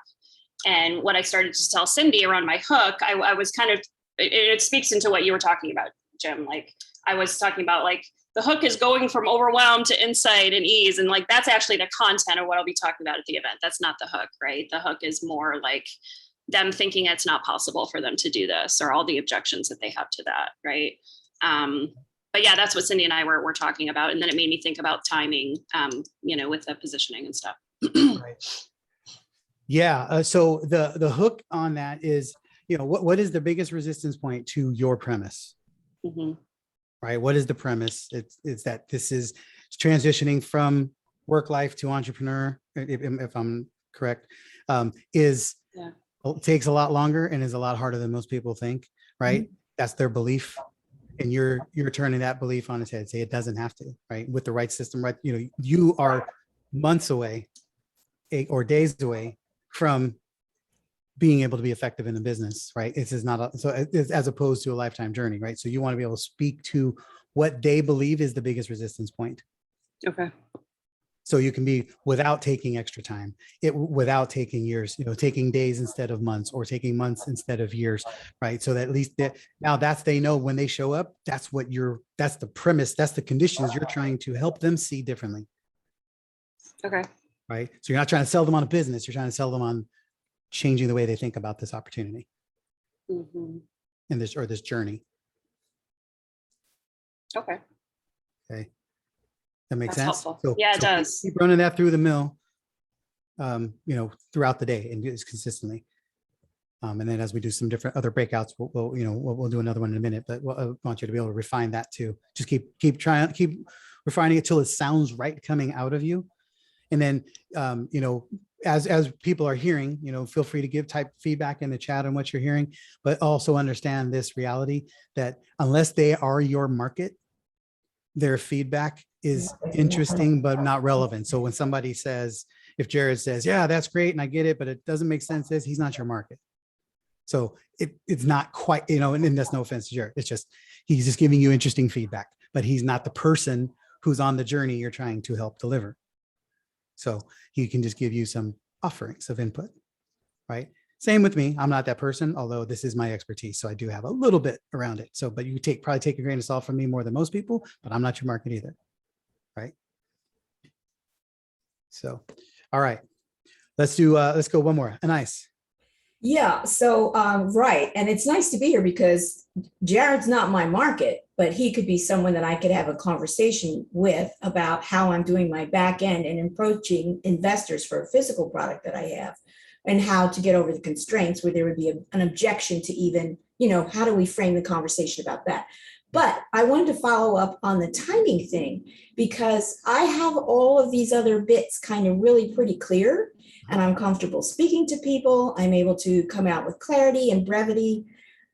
I think the timing issue is really important because there's a time flow. You have one-on-one clients, you're doing group work. I'm teaching a 3-year certification program for advanced energy healing, and I'm getting ready to offer a year-long program. And so the timing of all of this and how I continue to love and take care of myself really matters to me and also to the people that I will be working with. And so I'm thinking about all of these elements as I'm thinking about how much money do I want to go forward, to sustain, and to make new and more powerful hiring decisions and choices as I go into 2022. So I thought that was a great question. And if we go into more specifics about the timing of, gee, I want to offer my masterclass, then what's my timing following up that offer to when I started? And how does it fit in with the rest of everything else that I'm offering? So I thought that was a brilliant question. Thank you for that question. Got it. All right. So what is the piece of that that you would love, like if you laser focus that in, what's your question around that? You're muted. Sorry. I need to be able to have specific conversations about my calendar, my goals, my strategies, my offers, my events, my follow through, and how I manage this and who I need to help me manage this. I mean, I really got to have answers to these questions for 2022. Okay. Well, you are in the right place, and we'll be introducing you to a couple of solutions that will help you live into that and get that kind of support that you're looking for from us. So hang tight for sure. I'm good. Good clarity. Definitely. Yeah, and it is. Here's the beauty of it: is there's almost limitless ways to do it. It's just making sure that you include the right strategies, processes, and support to make it go. So good stuff. All right. I like that. All right. I'm going to share a concept here. We're going to go to a break in a little bit. So I'll just let you guys know time-wise. I don't think we've shared any of that yet, but we are going to do a break at, where's my time? I just lost it. I have my agenda up there. All right. So looking at a break in about 15 minutes. Okay. So I want to share a concept with you here real quick. And it's just around, it's helping to, we're talking about the hook and stuff. So I wanted you to be able to see what this concept is here. Some of you have seen this, but this is the whole perspective that you're trying to deal with, that you're trying to overcome and make sure that you can win with. All right. This is what we call a positioning pyramid.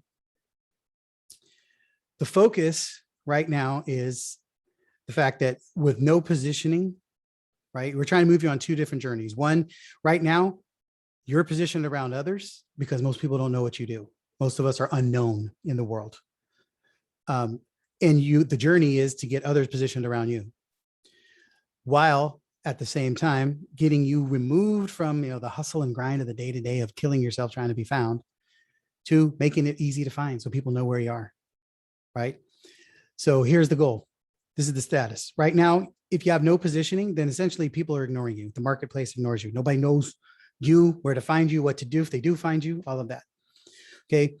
Then you start positioning yourself because you're learning some things. Right now, you're putting yourself out there, typically in the wrong places at the wrong times. Right? This is all about in order to get people to buy, you need to have the right conversations with the right people at the right time about the right things. All four of those in place. I call it really creatively the 4 R's. But the 4 R's, if you're living that out, people buy from you regularly all the time because it makes sense. Okay. So typically what's happening here is we're maybe finding the right people, but everything else is wrong. Wrong conversation, wrong timing, wrong thing. Okay. So when you position yourself, typically they go from ignoring you to stumbling over you. So now you're in the world, you're just probably in the wrong spot. So at least you're visible.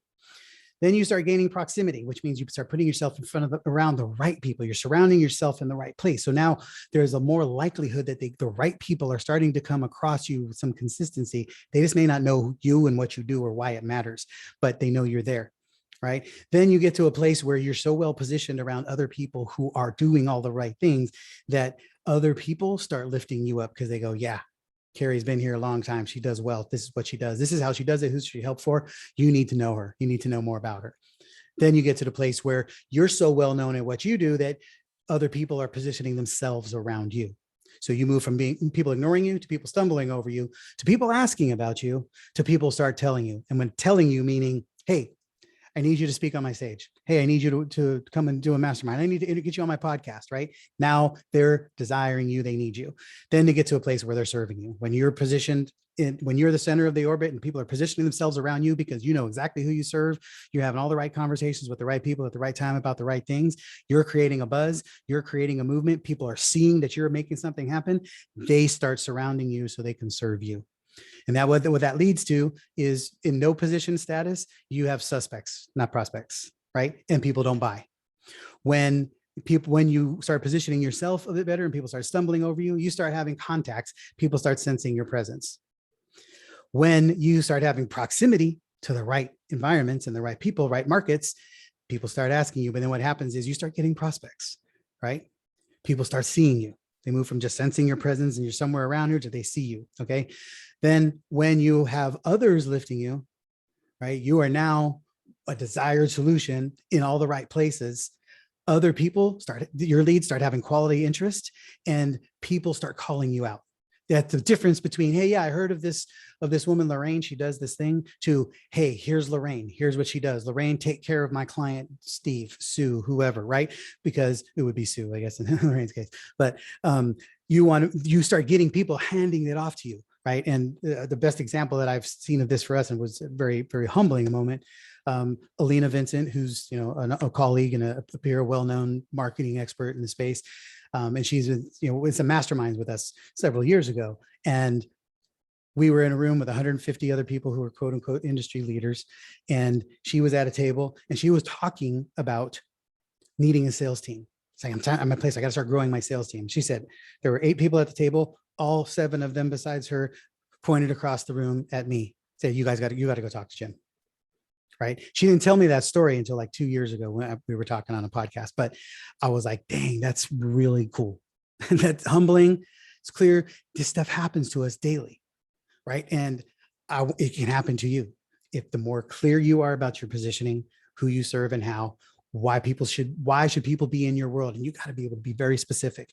And it constantly needs to be pared down and more refined and more refined. Right. But if you don't speak crystal clear about what you do, who you serve and how and why it matters, then you're going to be a generalist. You're always going to be stuck in this no positioning spot, maybe in this you positioning yourself. And you're always going to be people stumbling over you. They're going to know you're awesome. You know, you're great. I really like her. I really think he's amazing, but I don't really get what he does. I'm not really sure why I should work with him. And they don't articulate it that way. That's the problem. If they just would, life would be so easy. If they said, you know, you haven't really landed on the bullseye, I'm not exactly sure how to work with you. They don't do that. You know what they do? I can't afford it. I need to think about it. I need to speak to my spouse. You think you're trying to solve a problem of, I need to think about it. That's not the problem. The problem was they don't know what you do. And you haven't spoken clearly and succinctly to their bleeding neck problem. And when they do, the game changes. When you do, but they don't know how to articulate that. So instead, you're running around trying to solve, how do I get them to solve? I can't afford it. You're trying to bring them solutions. Hey, here's a funding solution. Here's a way you can refinance. That wasn't the issue. They can figure that part out if you just compel them to want to do it. Your job is to compel. Your job is to be crystal clear. Your job is to be positioned as the expert, as the go-to, as the authority. Right? That's the game we're trying to play here. All right. So what I want to do is let's get you back into another breakout and run through your 5 questions again with your partner. Maybe you got a little bit more clarity, a little bit more authority, a little more confidence. You're not trying to master it. I want you to it should start feeling good coming out of you. Like, okay, I'm getting some clarity here. I know what I want to accomplish. I know how I want to do this. Okay. Yeah. And then there is Alice just dropped in a positioning pyramid. So there's a blank one that you can fill in based on our model. Which one did you drop in there, Allison? Is that the one that we have filled in or the other blank one? That is the one that you filled in and we're talking Got it. about. Okay. Okay. So matter of fact, let me do that real quick just so you guys see it, because this is what the exercise that I'm going to put you on. Oh, never mind. I thought, where was the other one? Hang on. It's not the offer pyramid. It's she just No, I got it. I'm not looking for that. I know. All right, go ahead. Go put them in the breakout and we'll find the other one. All right. So just run through the same questions that you had. And you should just have just a little bit more confidence and clarity and certainty around it now. We'll just keep moving. Which one was I looking for? Doo-doo-doo.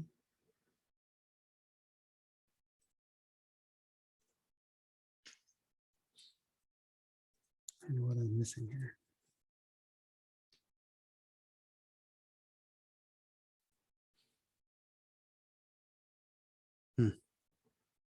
Oh, well, my brain's not going there. We'll just share that one with them though, so they have it. do we have the blank one, or is that one they have to download?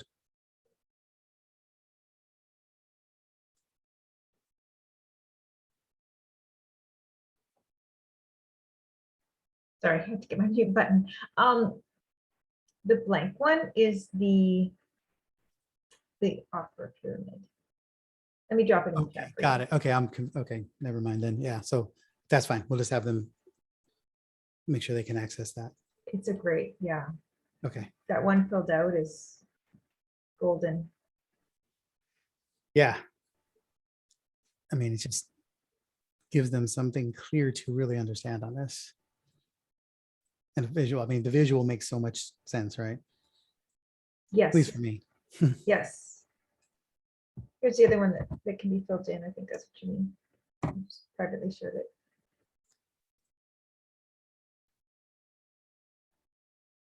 Yeah. Nope, that's the offer parent. Okay, so all right, Mhm. Cindy was right. Okay, we'll get to that one. Got it. All right. We'll be going to a break in a moment. I think we're a little behind, but feels right. We're pretty good. I love the questions. People are just really being engaged and it's resonating. It's wonderful. Yeah.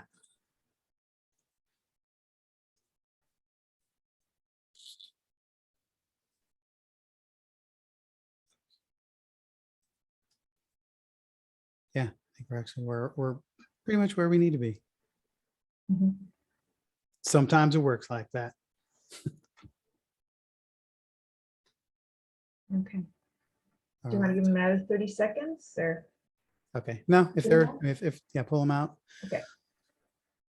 Boom, boom, boom. It counts down from 30 seconds.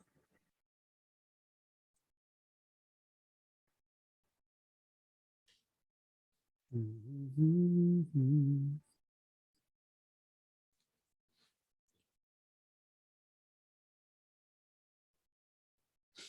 Okay, so what we'll do is as we send them the break, we'll play the video, which is me walking through that again. So if they need more clarity, they can listen to that over the break, and then they can have questions after. We can walk through some. We have mic shares set up. Would you like me to play the video? Sure. As we go to break, yeah.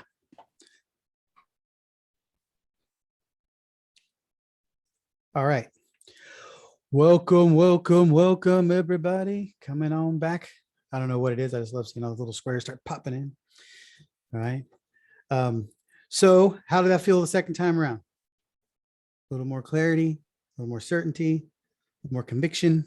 Stronger, more certainty, and more excitement, Yes. right? Like that's the fun part, is the opportunity, the possibility actually starts like, oh, this is for real. This could really be something I can do. Yeah, All that's right. fun. So it looks like Andrew did not get a chance to share. So Andrew, you want to chime in? You want to jump on right here? Let us all hear you.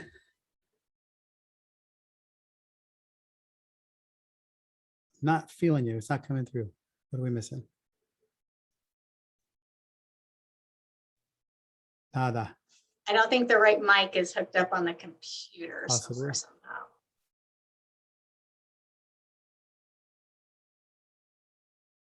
Okay, We'll come back. back to you. We'll come back to you. All right. So anybody else? What do you want to share? What came up? How do you feel coming around this time? Go ahead, Lorraine.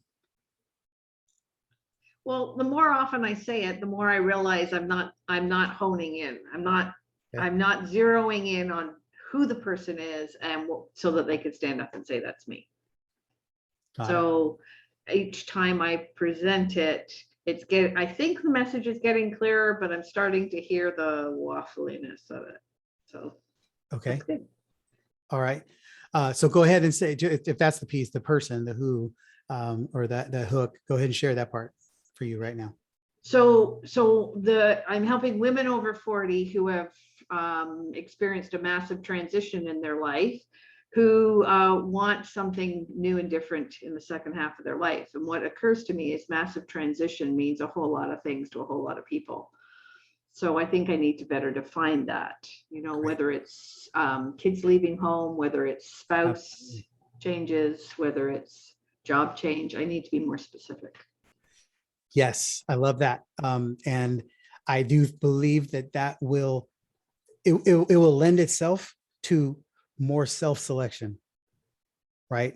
Because they can be like, oh yeah, I came out of a divorce, or I've been into early retirement, or I've been into whatever, right? And so here's the beauty of this. This is what I see.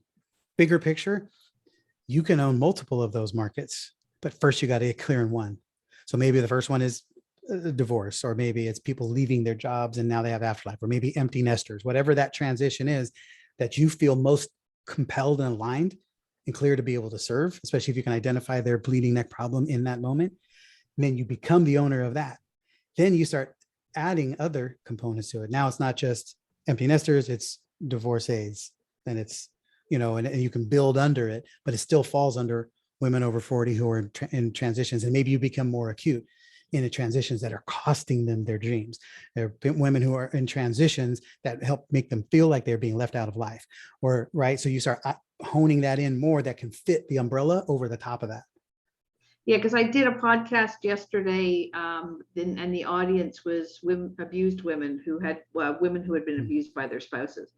And I was able to take my message and hone it right in for them. And I suddenly realized, oh my goodness, if I speak in generalities, they can't hear what I say.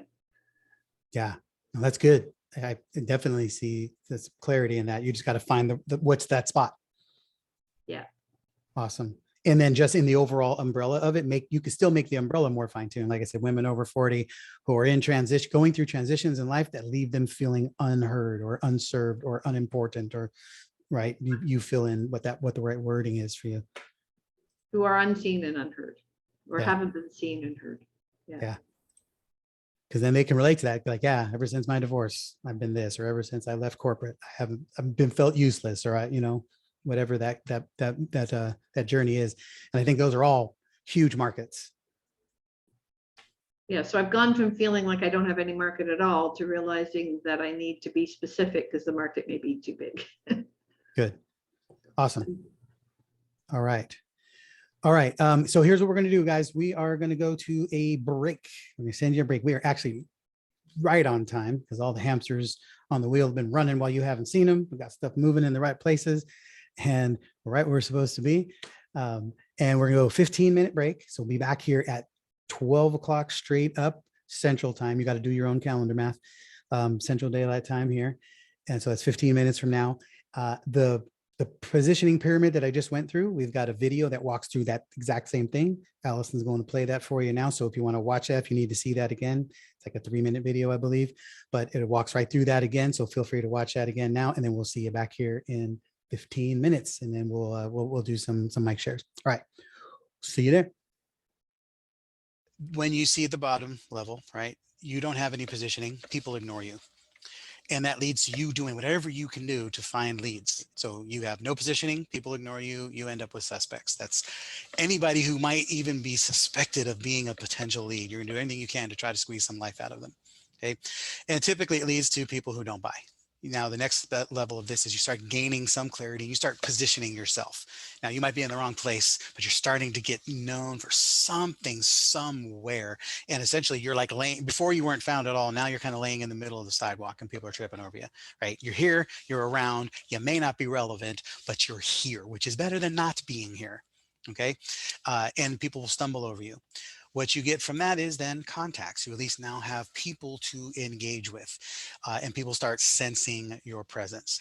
Then when you move up to proximity, this is when you're starting to figure out, okay, if I hang out here, I do a little better. I'm more adjacent to these places. I should be hanging out, more by Best Buy because I help people with electronics instead of hanging out with Bed Bath & Beyond because I don't have anything to do there, right? So now it's just a matter of you putting yourself in the right areas. So with proximity, right, then you start having prospects and now people start seeing you.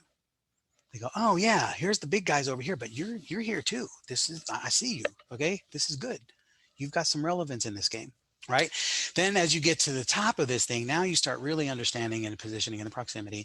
And now you're at a place where other people know you. So other people start talking about it and other people start saying, yeah, go talk to Jim. You need to talk to him. You need what they have, right? You need to be able to see Alberta. You need to see Elizabeth because she has exactly the solution for that. She's the expert of that. She knows more about that than anybody I know, right? So you want to make sure that you're being positioned around people who can help share that message. They become your evangelists, okay? And then that leads to, I call it call outs. Right? This kind of thing happens. People start saying, oh, by the way, like Susie, we'll use Susie example. When she reached out to me, it's because she was looking for a sales team partner. And she had Elizabeth Purvis, she had Lisa Sasevich, Lee Richter, and Allison Maslin all tell her she needs to talk to me. So she was like, well, at some point I just need to listen and go talk to this Jim guy because all of these people who I hold in high esteem are all singing his praises, right? So there you get call outs. So then the next level of that, once you get above the others positioning you, now you start reaching a place where you have your own positioning, your own place, and other people are now in your orbit. So you've been in the orbit of all the right people. Now you're in a position where other people orbit around you. And that's when it just starts getting really good because now you have a network. This becomes your conglomerate of solutions for the world, right? Every time your people, there's not a single problem that in our entire community that if somebody needs, I don't have access to.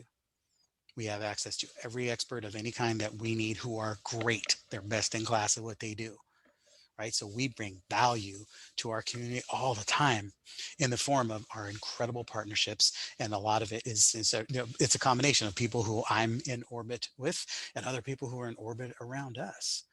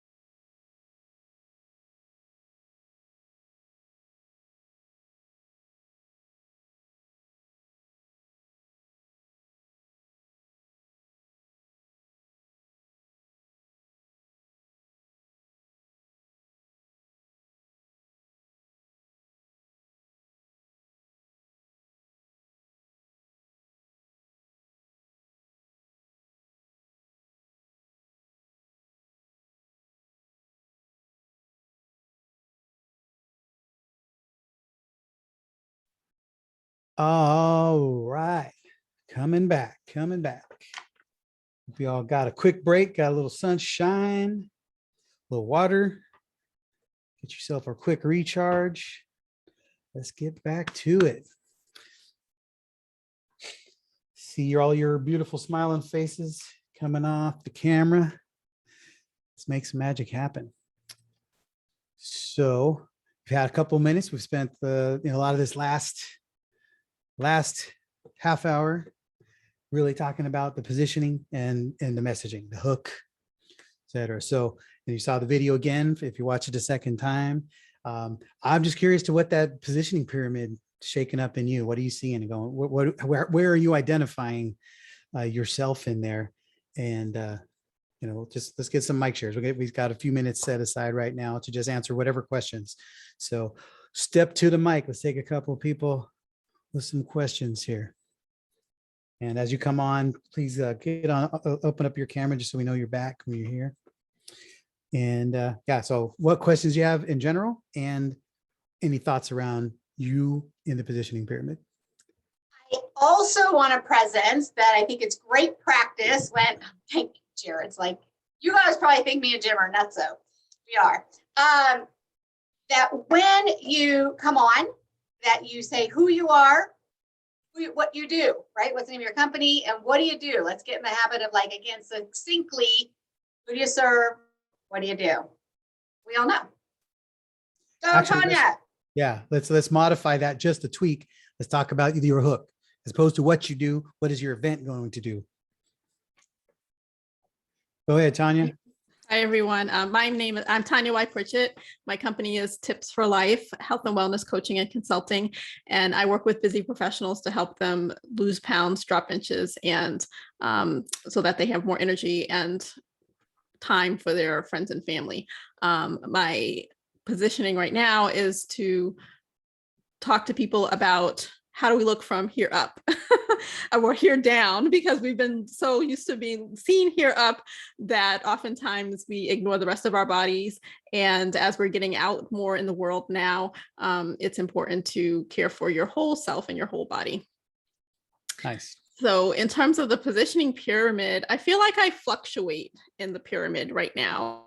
So at times I feel like I have no position, but in listening more and thinking more about your explanation, I think I'm more in that positioning myself / proximity space right now. Got it. And where do you see the greatest opportunity to climb on that right now, to change that? Is it in terms of how you position yourself? I think right now is having more conversations with people.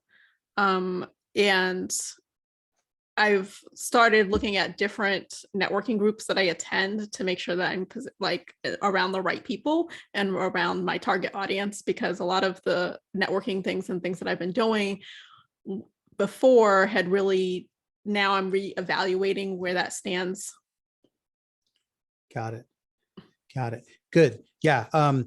And something to think about for everybody is how, just pay attention to the kind of feedback and responses you get from people. Because there's a lot of times we go, wow, I said it perfectly. There was nobody, there wasn't any responses, or nobody wanted to sign up, or nobody asked me a question. Or that's phenomenal feedback, because what that's telling you is the message isn't clear. It's not compelling. It's not landing, or it's just the wrong audience, right? But you got to make sure you have to be able to assess those things. And unless you're brand new in business, you probably know you can pay attention, because there are many times where I've been in a spot and like, okay, I know that, this is a message that's compelling and it lands wherever I drop it, and I didn't get a response. And so now I just read the room. Like, hey, are these two people too premature for me? Are they not responsive? So we've eliminated or, put certain partnerships and opportunities on the back burner because their audience isn't quite ready for what we do. Mm-hmm. So how else do we bolt on in other ways? Right. So, but pay attention to it, because if you're in the right room, the market is the first piece. If the market's right, then they're not responding, then it's about the message. It's not clear enough. It's not compelling enough, not concise. Like what Lorraine's talking about. She just keeps chunking down until it gets a stronger bite. Okay. Thank you. Yeah. All right. So thoughts, insights on the positioning or questions? Mike shares in general right now. What's coming? How you guys doing? How you doing? Well, I'm unmiked, so I'll go. One of the things that you have me thinking about, Jim, is positioning tagged on to the position I already hold rather than trying to create a new one. Because I do have that position in the marketplace and I have not been leveraging that and making just a small shift instead of making it some big thing. Yeah, definitely. I mean, just pay attention then to the, is that because you are known, in that capacity, and then this is a new offering for you. The only thing to be mindful of is sometimes that shocks people because they know you for this, but they don't know you for that. And so they're wondering, well, why is she selling that? But so then you just have to be the one to build the bridge so they get it.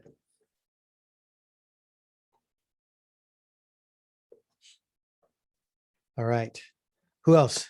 Mike shares. Come to the mic. Questions, thoughts? No issues, nothing to worry about. All right. Well, then we're going to go ahead and jump into, we're going to start talking about the offer. I want you all to be crystal clear on how the offer serves everything that you do. Your offer informs your actions, your activities. It helps people know what you do. It helps you speak about it, helps you identify the right market that you're dealing with. It does so many things for you. Usually we worry about the offer after we've got everything else. And we need to make sure that the offer is what drives everything else, right? So you have to reverse engineer from the offer. And if you've heard that term, you probably have, if you've been in any kind of sales training or anything before, but that's what we're talking about is you have to build the offer. So here's we're not going to dive deep into the offer component. That's what the bonus training is, the compelling and converting offers training that's coming up on the 21st. So go make sure you register, you go to the dashboard and reserve your time, get it on your calendar now so that you don't forget about it and let something else fill it. Okay. But here's the key components that I want you to be thinking about as it pertains to the offer. Most important piece of this, and actually, who's interested in being able to enroll people without having to be a sales rock star? Right? Everybody's hand should go up. I'm a sales quote unquote rock star. I'm known as a sales expert. That's how we make our money. And I prefer not to have to be a sales expert. I like to have people show up wanting to buy, which is where we spend all of my time. The whole reason we have all this team and all these processes, so I don't have to do anything in this company except structure our environment so that people show up wanting to buy. Right? That's how we spend all of our time. And if you were to listen to a lot of my sales calls, you would be like, this guy's not all that great. He's just talking to people. Yeah, exactly. That's the point. Right? So here's the focus. Okay, and we'll dive deeper into it later on on the other bonus training. These are the three components: market, offer, influence. In order, if your market is dialed in well, if you know you strike the mother load every time you tap into your market, your offer is secondary and your level of influence is almost irrelevant. It's not required. Most of us have the wrong market and a wobbly offer, which means people buy when you sell the hell out of them, meaning you show up as Captain Influence. And that's the reason they buy. Now, I have been that many times in my past where I've had no system, no process, no market, but I could influence and persuade the heck out of people. And I could create compellingness in how I talk about it, how I connect with them, how I move them forward. That's not sustainable. And unfortunately, that is not replicatable either. Right? So if you want to build systems, processes, strategies, and teams that can do this, you have to first make sure you are nailing the market. And nailing the market is making sure that you have landed on a market that has a bleeding neck problem, an on fire problem. If they're not on fire, stop wasting their time with them. Until you are cash flow positive and have reserves, here's really the term. Until you've got money to burn, you got no business selling to a market that's not bleeding, because you now have to convince everybody of everything. and you don't have the resources for that. So first, find the bleeding neck problem that people will pay well for and pay now for, and they're easier to find. Okay, so I'll fine tune the market. Then we build into the offer, right? There's a lot of components to the offer, so we're not going to dive into all of it today. We're going to do the first step of this, which will help lead to the bonus training that we're going to be doing on the 21st.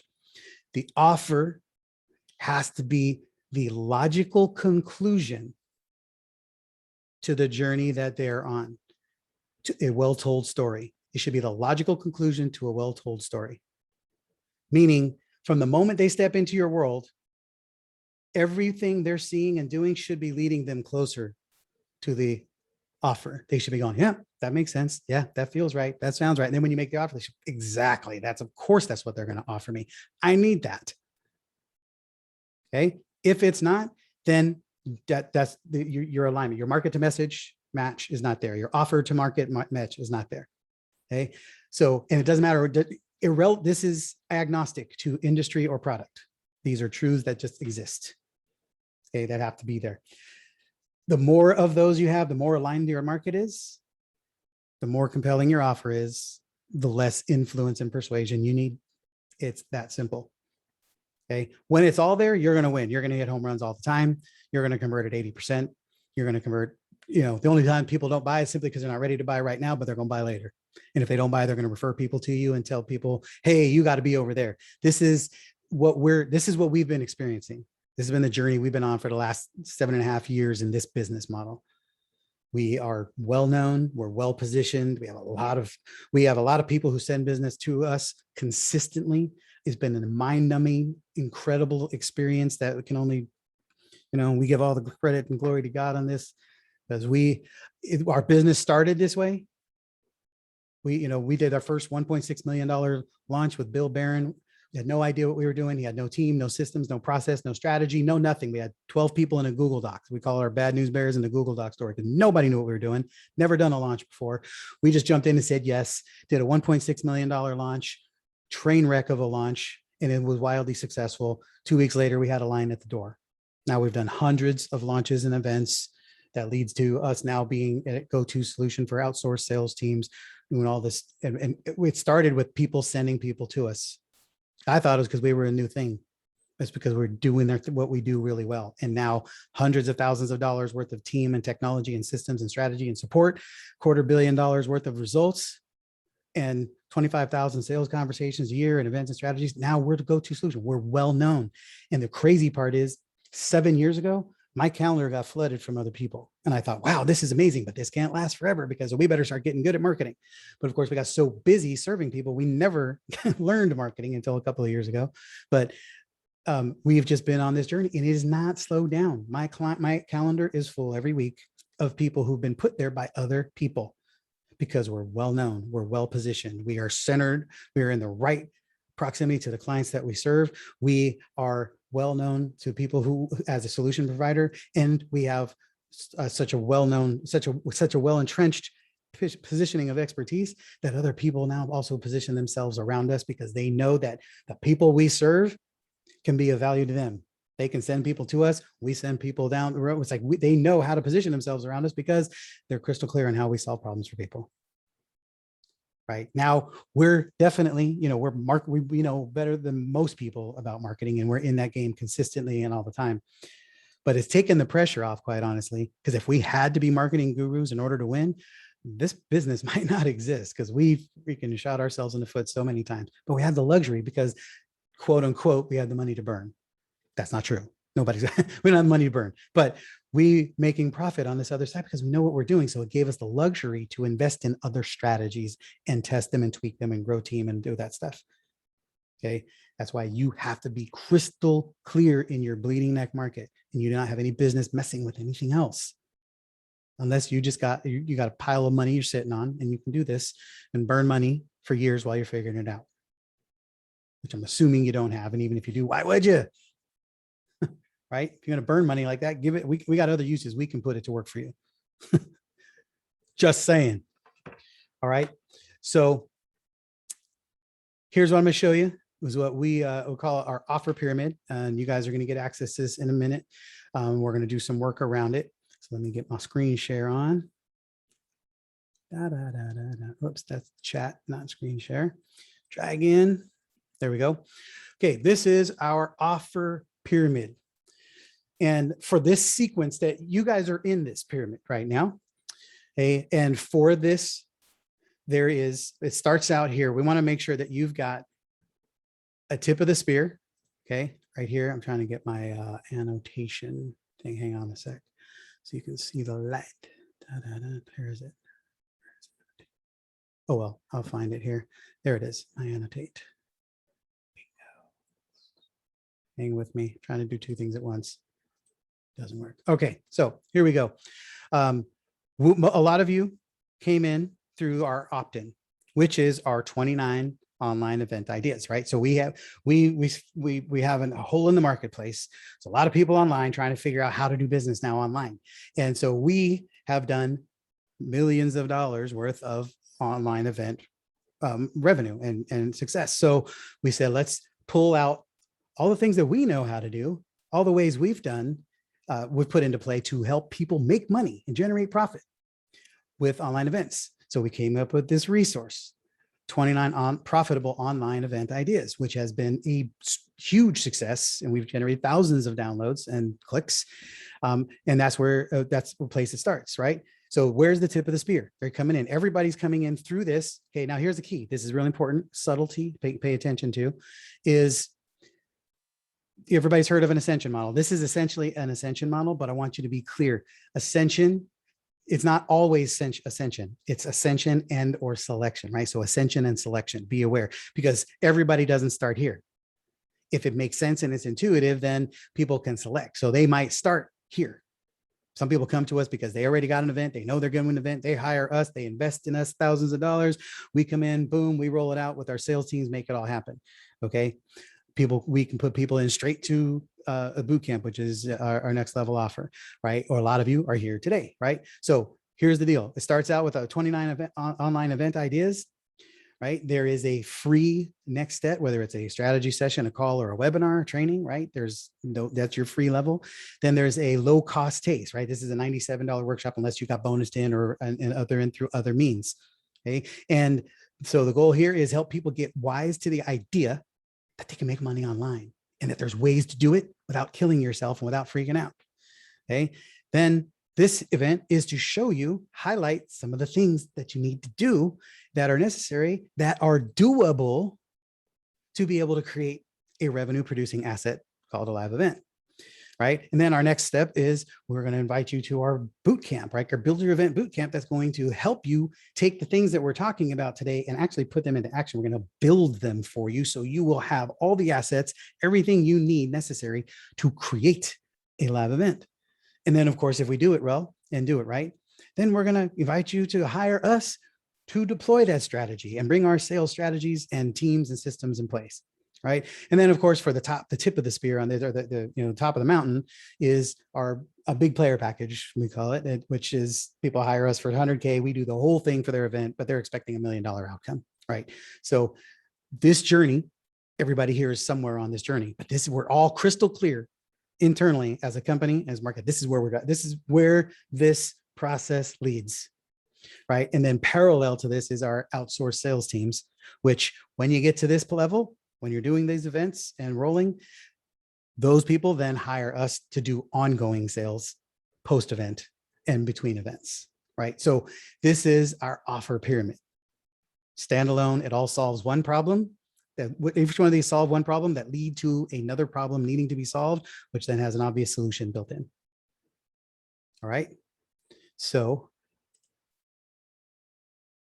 before I go any further, clear questions, comments. What are you seeing? What insights? What do we need to address and unpack on this? We're going to work through this together. You guys are going to fill in your own offer pyramid, and we're going to start working on that, because without this, guys, you can't go anywhere. But your event is non-essential. It's a big player package, Mark. It's the BPP. It's our 100K offer for events. Nice. Okay, so this is great. I love it. So I'm reverse engineering in my mind. I'm thinking about, I'm going to be speaking on a summit. from my experience on that summit, I mean, it's been 2 years, COVID, please.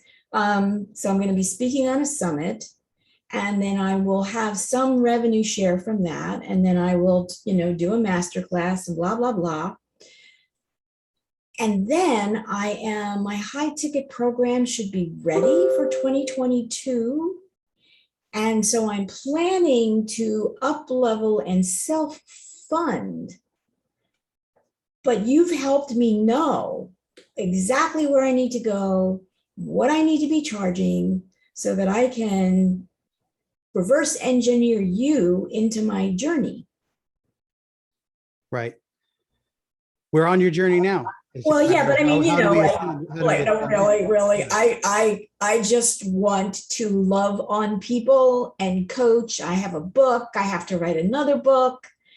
I got a lot of stuff going on. So I want to take my loving on people, and that's where I focus. And then I am able to reverse engineer you into how I love on people better. Yes. And that's what we're doing. That's what I'm, okay, now I have a plan. I love it. Yes. And yeah, we'll continue to unpack that further today. That's good clarity. And here's the thing. Let me also point out to you, probably, I just assume this stuff. And so it gets overstated, but I want to make sure you all are clear about how this works for us. And I want you all to embrace this, pay attention, turn on your videos, drop whatever else you're doing, eyes here, pay attention. Okay. Because hopefully this will be a game-changing perspective for you. We as a company did not start here. We did not start with a 29 online event ideas, free opt-in, with a $97 free boot camp, with a $17 make more sales make 10 moves to make more sales without getting better at selling for $17.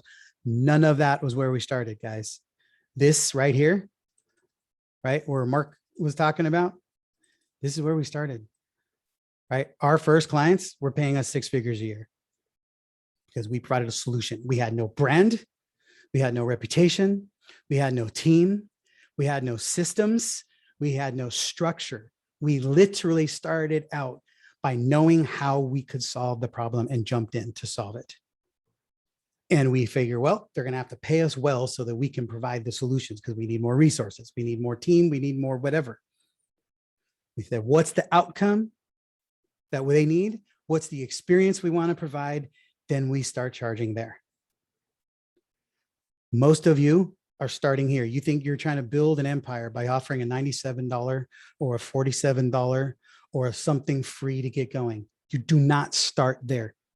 If you start there, it's a good probability that you will never get to the top. Just do some simple math for me, guys. Anybody want to do the math and say, if you have a $47 product and you need to make $10,000, how many of those you got to sell? Too many. Too damn many. And then you got to sell them again next month, right? You want to start selling 100. You have a $47 product and you sell 100 of them. Guess how much money you have? $4,700, right?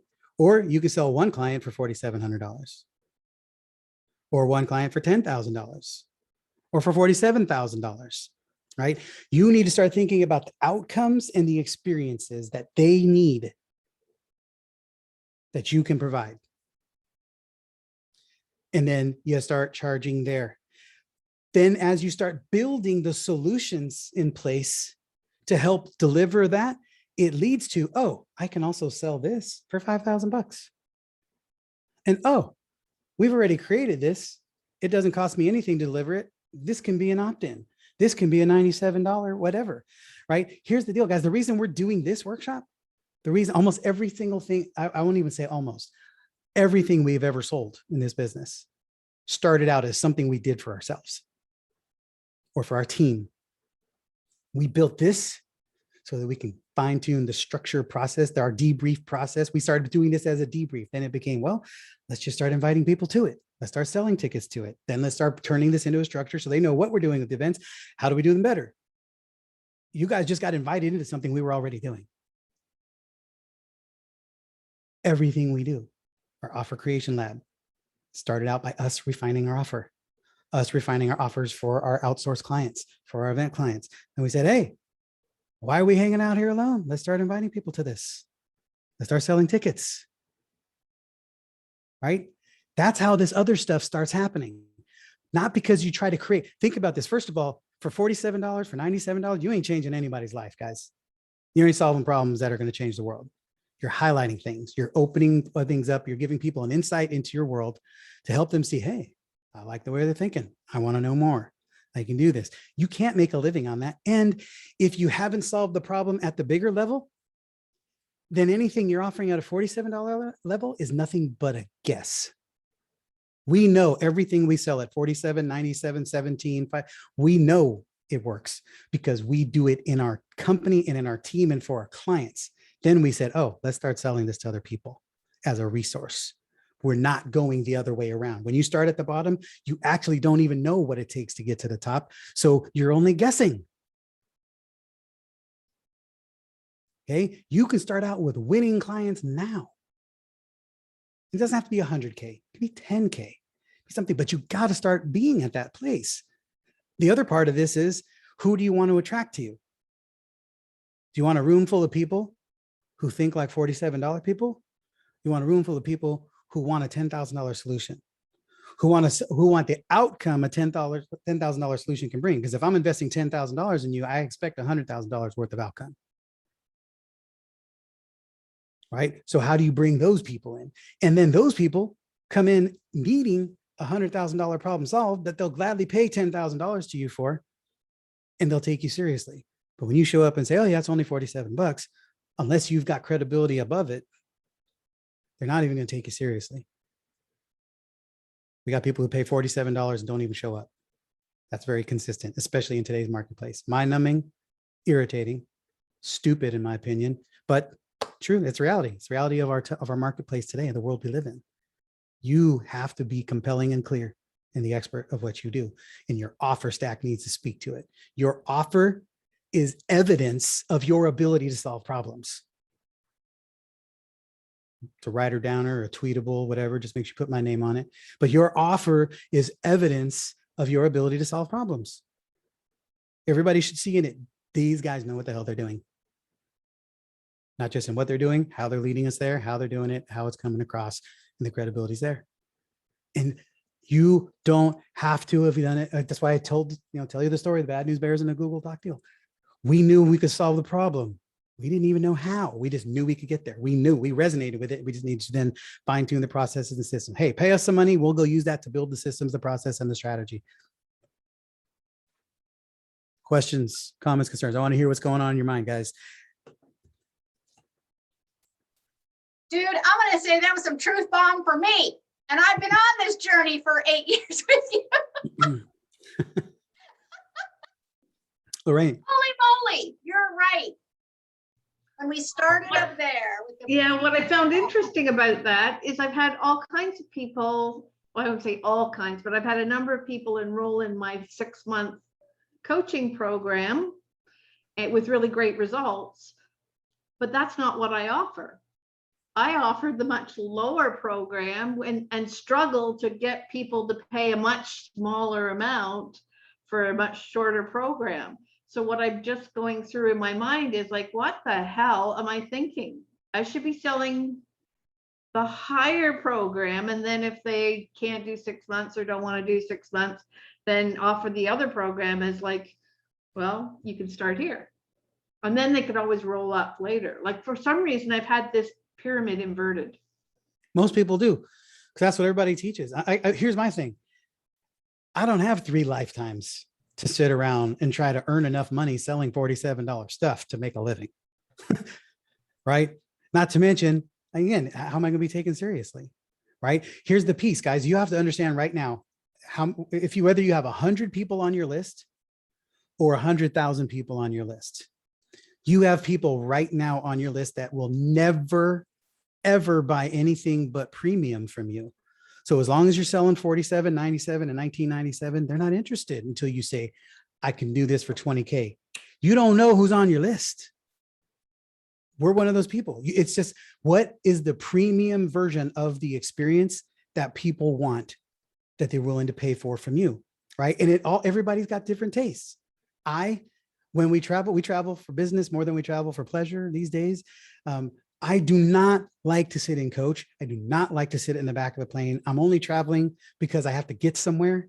So I want the greatest experience I can have. And usually I'm going someplace to speak or lead a sales team or go work something. There's a lot at stake with where I'm headed. I don't want to compromise. So wherever possible, I want first class. I want to be first on, I'll be first off. I want to have the best experience possible. So when I show up, my travel didn't impair me. That's me. I have a friend who says she's never paid for first class in her life. She's like, it's stupid. You're going to get there 80 seconds before me or two, she's like, you're not getting there any faster than I am. Why should I pay more? Hey, cool. Don't matter to you. Matters to me. But I got Pandora on my phone. I've never paid for Pandora commercial free because I don't care. I won't pay the $9 a month because it doesn't matter to me, but I'll gladly pay an extra $600 for a flight because it does. That's my own rationale, right? Who is needing the premium version of you because they're not interested in flying coach with you? They only want to fly first class with you. And I promise you, they're on your list right now. Don't think they got to come later.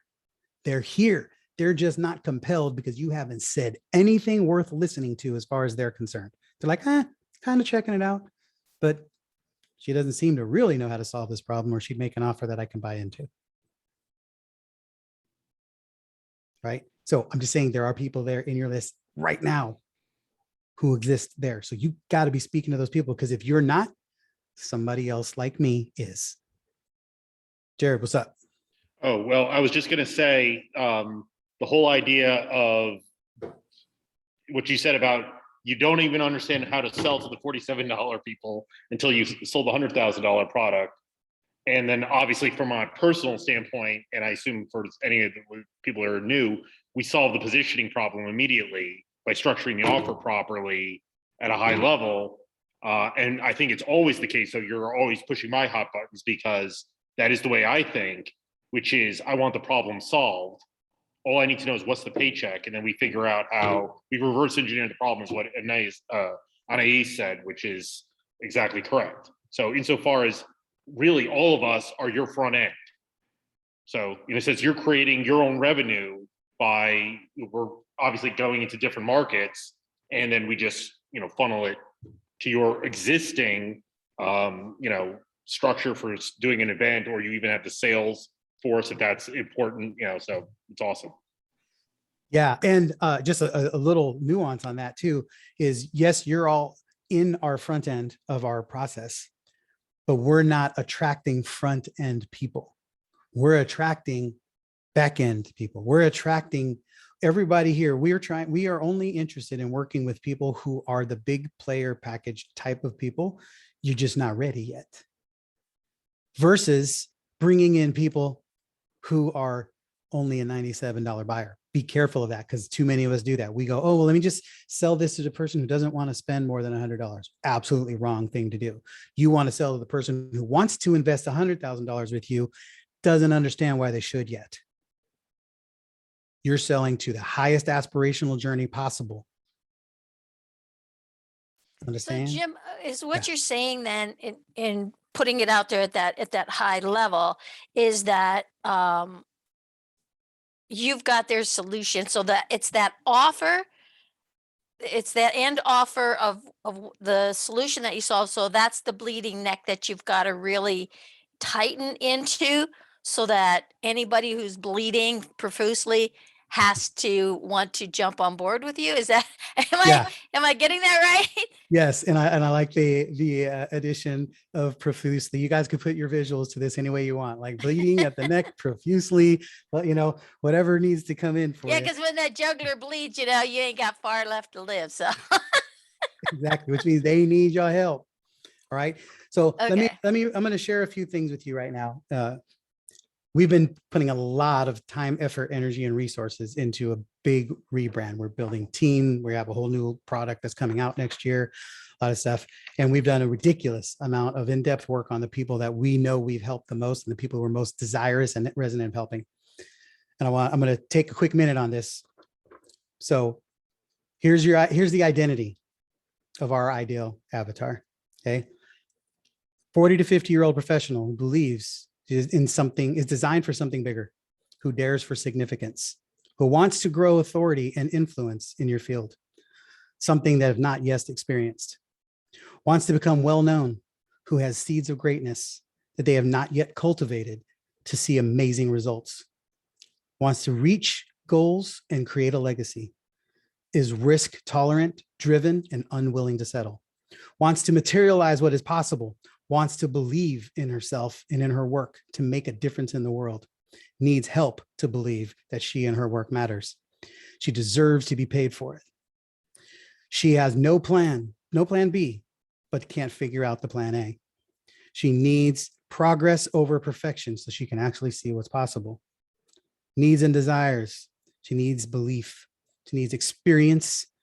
Needs to experience consistent success. She fears underperforming.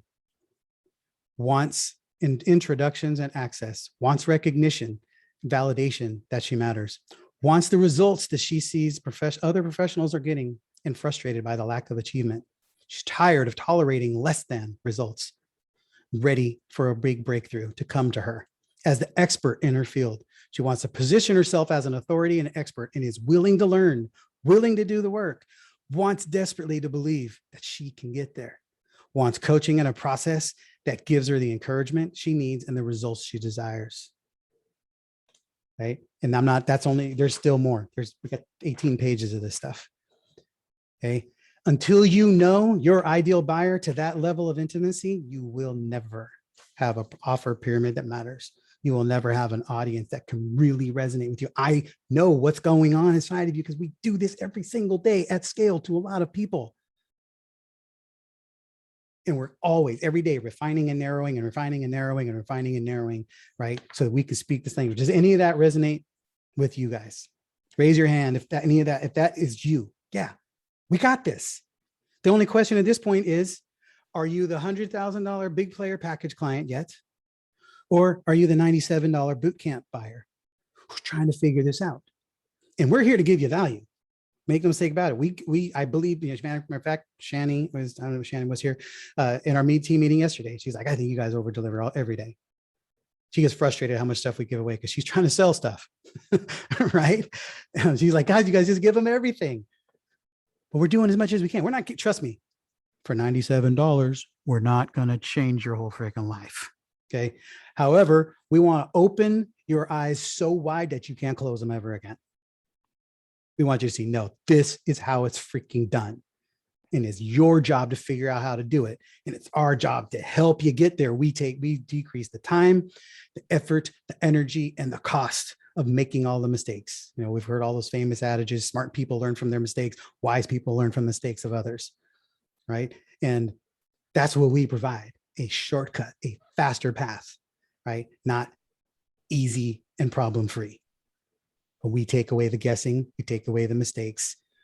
We help you step into the fulfillment of all these desires that are driving inside of you because we know we can help you get there, right? Simone. Hi. Okay, so I wanted to just address a little bit because you've been doing this for a long time, right? You said 7 years plus. And so getting that depth, like the 8 pages of knowing who your ideal client is, your customer base is, that's one thing, because I know for me, that's been one of the things that kind of stalls me out a little bit. And for a lot of people too, it's like, I don't know, especially if you're going to a new niche or new market, I don't know my ideal customer to that level, right? To that depth, because you're just now knowing you're doing your market research, you're looking at these different things, but it's still not to that deep, like, gushing from the neck type situation. So for those of us that are not there that deep, where do we start? Or we just start and go and just learn as we grow? Or talk to us a little bit about your journey to getting to that 8 page of this is who our clients are. Great question. And very true. It's real, right? We've had a ton of experience with all of these people. So we've been able to cultivate that. And we were attracting 7 and 8 figure clients who were paying us 6 figures to do this before we ever had any of this because we knew the problem. We knew the pain, the bleeding neck problem that they had, and we knew they needed it to be solved. We were on a journey of trying to figure out how to solve it. But here's the difference. This is the big key. And we have actually been talking about this a lot inside of our own company with our teams, because most people, when they start selling something, they start training themselves on how to sell the product. Almost every corporation who's ever hired us to do sales, they want, and you hire a sales team, the first thing they do is they teach you how to sell the product. And I think that you said you're sorely mistaking the problem, because before you have the product, you must have a prospect who has a reason for the product. They need to train people on the prospect journey, not on the product. Right. And so you don't have to know the product. You need to be intimately acquainted with why does this person have a problem they're willing to invest in solving. And that doesn't require 7.5 years and $250 million worth of results. That requires you to sit into who's this person? Why is their problem real? Why does it matter? Why do they have to matter? Why does it matter that they solve it? Why does it matter to them? Why does it matter to their family? Why does it matter to me? Why does it matter to the marketplace? Why does it matter to the world? You can answer all of those questions. Now, here's the beauty is every year, every day, you're always going to answer them differently, but you can answer them now. Okay. I just don't want you to answer them the way the market tells you to answer. I want you to answer them the way you know they need to answer, because you know them intimately. Yeah. Okay. So we did this stuff 7 years ago, just not as detailed and as eloquent because we weren't there yet, but we could still speak to the pains and the journey that they were on. And I'm going to bring you around. You're going to be on my road trip, man. I'm going to take you around. You're good for my ego. You got the cards waving, the thumbs flying, everything. Yeah. We got to bring I you. would love to be on your road trip because this is so important.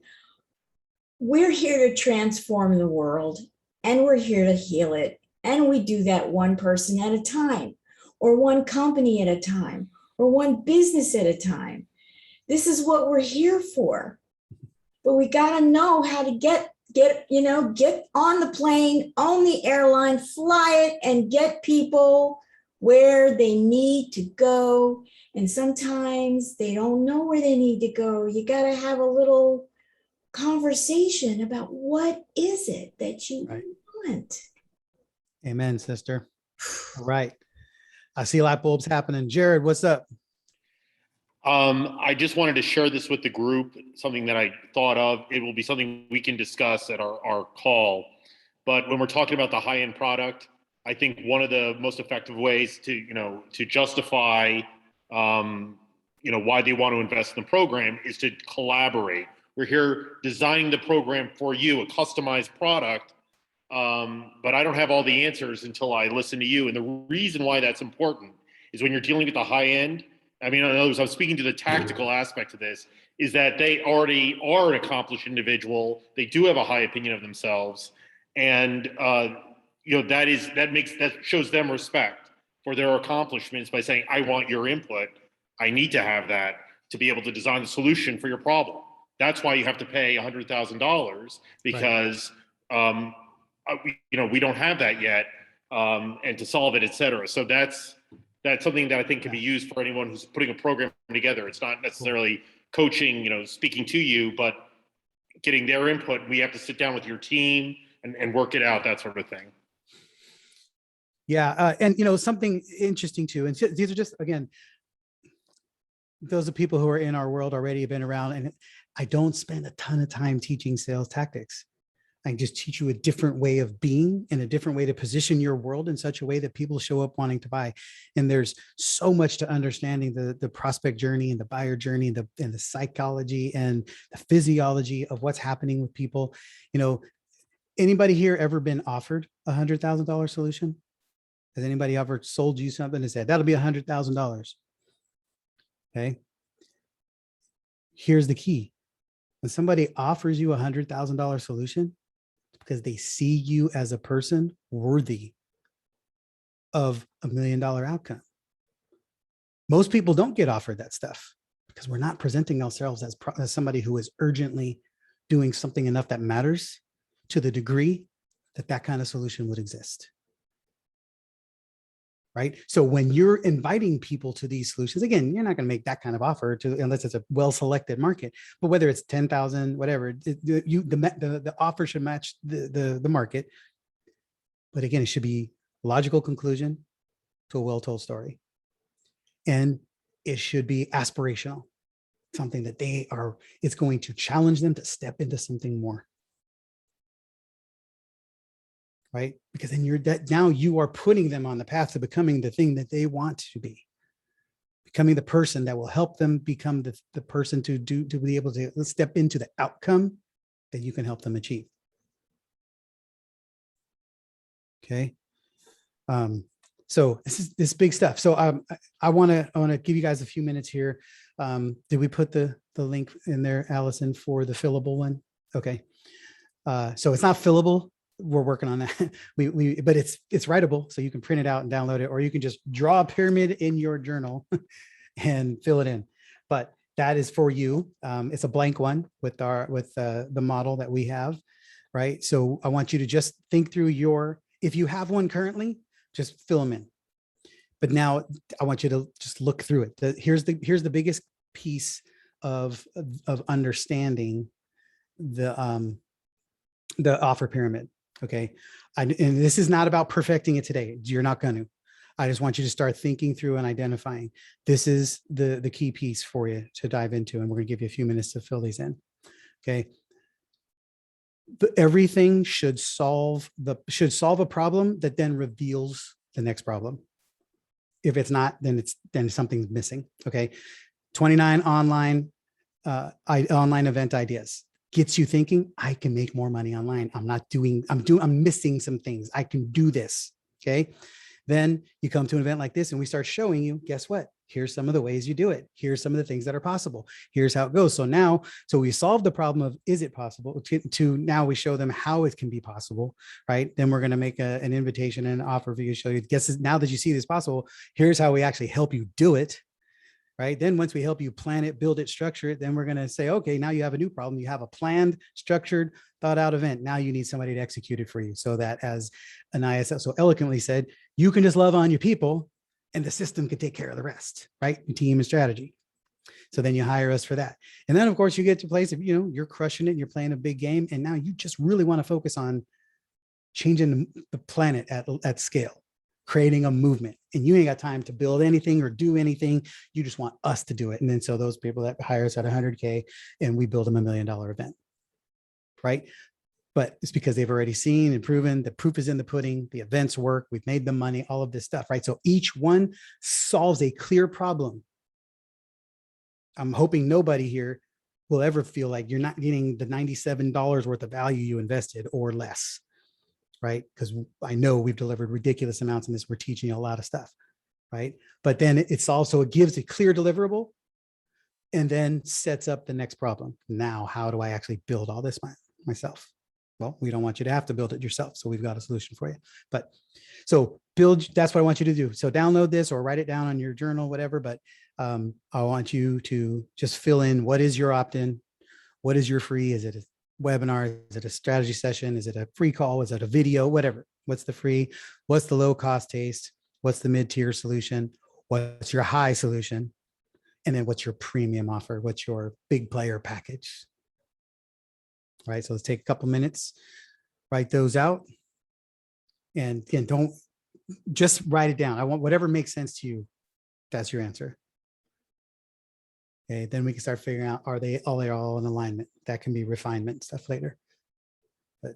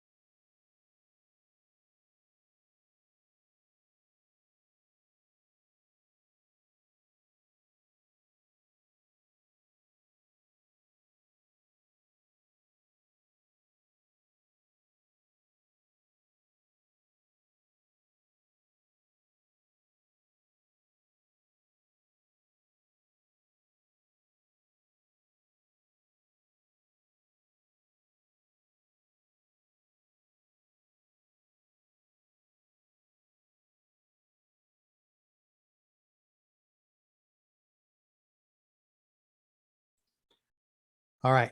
So I know some of you probably would like a whole day or an hour to fill this out. And that's just not how we work here. You do, you've got the rest of your life to fill it out. But for our purposes today, let's keep this moving. I want you to just be able to think of this. Here's my thing. Who said it? I can't remember. I think maybe it might have been Tanya, or no, someone was asking about, like, we've got 7.5 years worth of expertise of serving these clients and refining continually. But here's the thing. If you're the expert of this problem, you already know. Instinctively, intuitively, you just maybe haven't thought it through, so it's not clear. Maybe you don't have the confidence of how to lay it out. Maybe the thought of a $20,000, $100,000, whatever offer you can't even fathom who would pay you for that ever, right? So I just want you to start. The biggest connective tissue in this for me is helping you understand that what you do matters. And you do deserve to be paid well for it. And there are people who are praying on their knees, praying right now for the solutions that you provide. All right. So you got to embrace that because it's very real. So questions or any shares around your offer pyramid right now? What are we doing? How's it going? Nice. Okay. So I have a book and I have a physical product and I've aligned a giveaway. If you buy my book, you get a sample of this product for free, which has been proven in beta testing to deal with antibiotic resistant and skin infections that are, they don't heal. But my product moves that along. So that's level 1. PDFs, workbook. This is all less than 20, 30 bucks. Okay. Okay. Then I have, if you really want to interact with me and know more about what it is that I do, I have a lot of stuff online. It's easy to find, but then it's a $300 an hour coaching call. And then in that, we talk about what is it that you really need and want? Are we a fit? Then I invite you to a masterclass that comes with a price tag. It's not free, not free.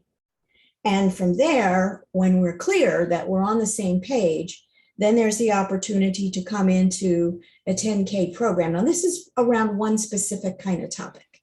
Right. And then after that, which is all the money I'm ever going to need, because I'm, really, there's only, right, you just give it away after a certain point, is a retreat for people who are, the word align bothers me because align isn't what I do a circle. Okay. You come to the retreat, it's 25K, and it's a retreat where you rest, recover, rejuvenate, get into the actual DNA bioregenesis process, and it's also a mastermind. Got it. And is it all in alignment and in service to the same problem, to solving the same problem? Absolutely. Okay, good. So, because we're not going to split too much of that today on the workshop, we're going to break in, we're going to go deep into all of that and build and fine tune offers around it. Right now, here's the main thing, and I see Jared and Beverly will get you guys in a sec. Here's the main thing that we need to be thinking about is, because we're going to move into, we're going to talk about run of show and some other things and strategizing the event. You have to know what your offers are, where they fit, so that at any point you could build your content for your event around the offer. And you need to be able to pivot your offer if the audience doesn't turn out to be what you thought they were. Because I got news for you. That happens a lot, right? You think you had one audience and then you find out that the bulk of the audience was not that audience. So now you got to be able to, okay, let's drop down on the period and let's make this the primary offer. And then we can upsell or downsell to the other things, right? So it's having clear so that your event is designed to carry people through this journey and make them aware of other parts of the journey while you're solving specific problems, right? But so we'll continue on that. Jared, go ahead. Well, I just wanted to share another idea for people, which is there was a gentleman who was laid off, I don't know, maybe 29 at age 29 or whatever. And he created a business where he was consulting to, let's say, 7 employers or something like that at or let's say 10, just to make things easy, at like $5,000 a month. So the idea is, or even like maybe less than that, let's say 3,000, that it's less than the company would have to hire a replacement employee. by doing the training, because he was a trainer, he's Right. got young employees. When they're moving up in the corporation, they become more powerful. And because he has this relationship with people, they, now they're like top officers. So they keep on hiring him. And he went to retirement that way. And what he's providing is a phone consultation. So he's out walking his dog, doing whatever he wants, and makes a very good living doing that.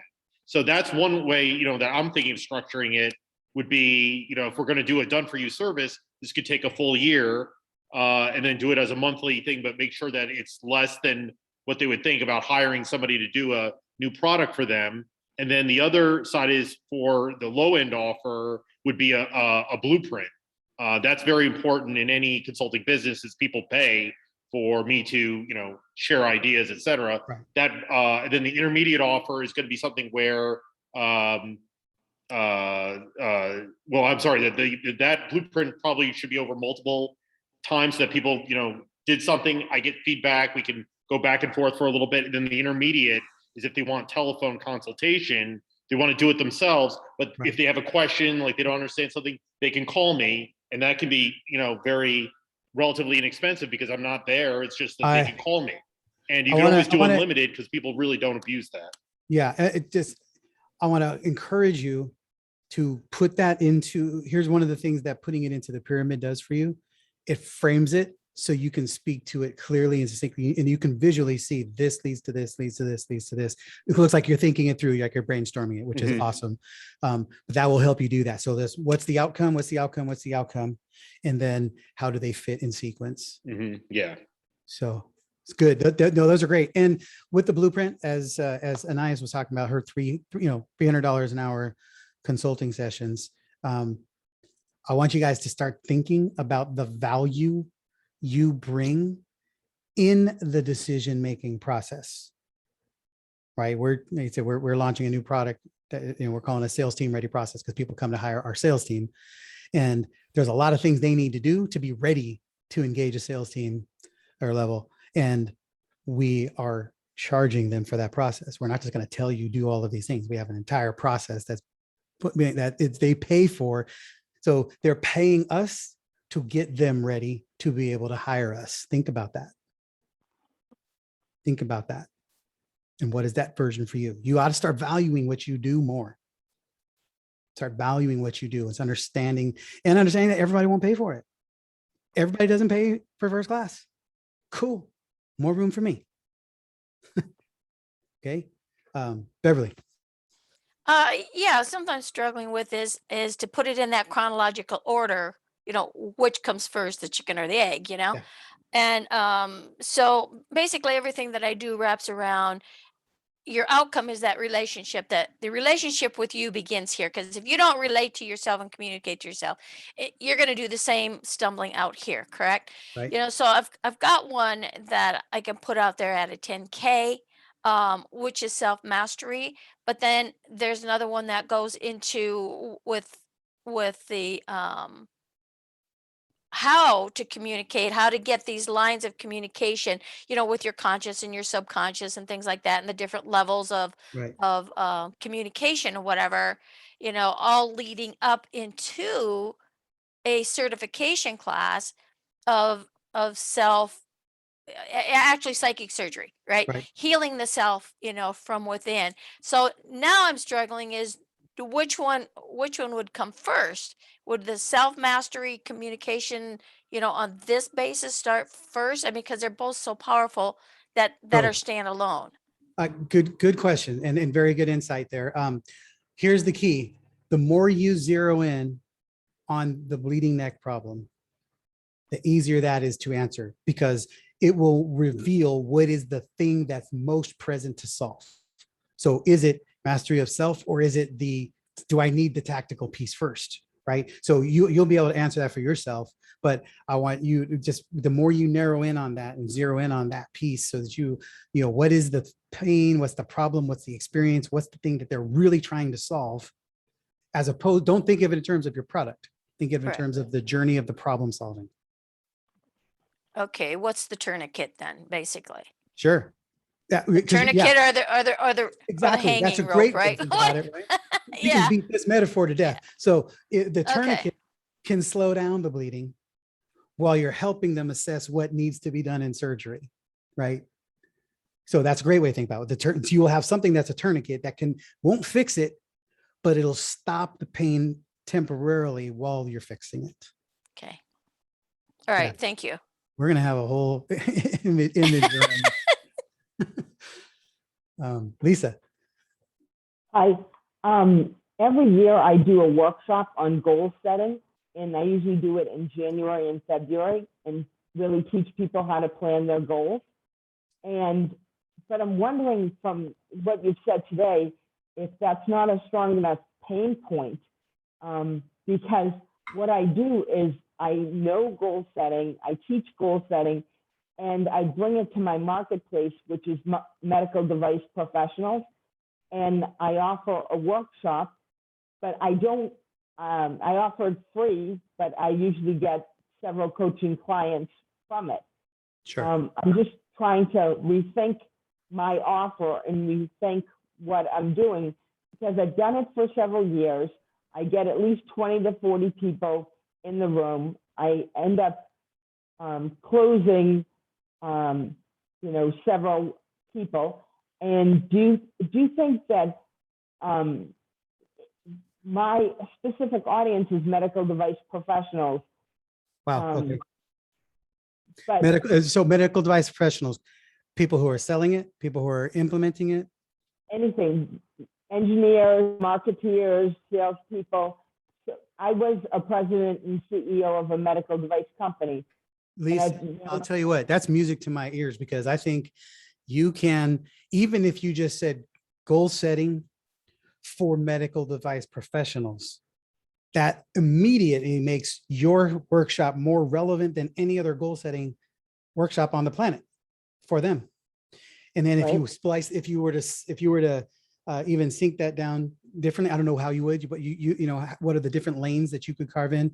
Workshop, goal setting for medical device professionals with 1,000 employees or more, or something, you know what I mean? However you decide you could carve that up, people, because there's actually an example of that exact example of Dan Kennedy does it, seen it for years, where he talks about setting time management. Like, you sell a time management course for $19.99.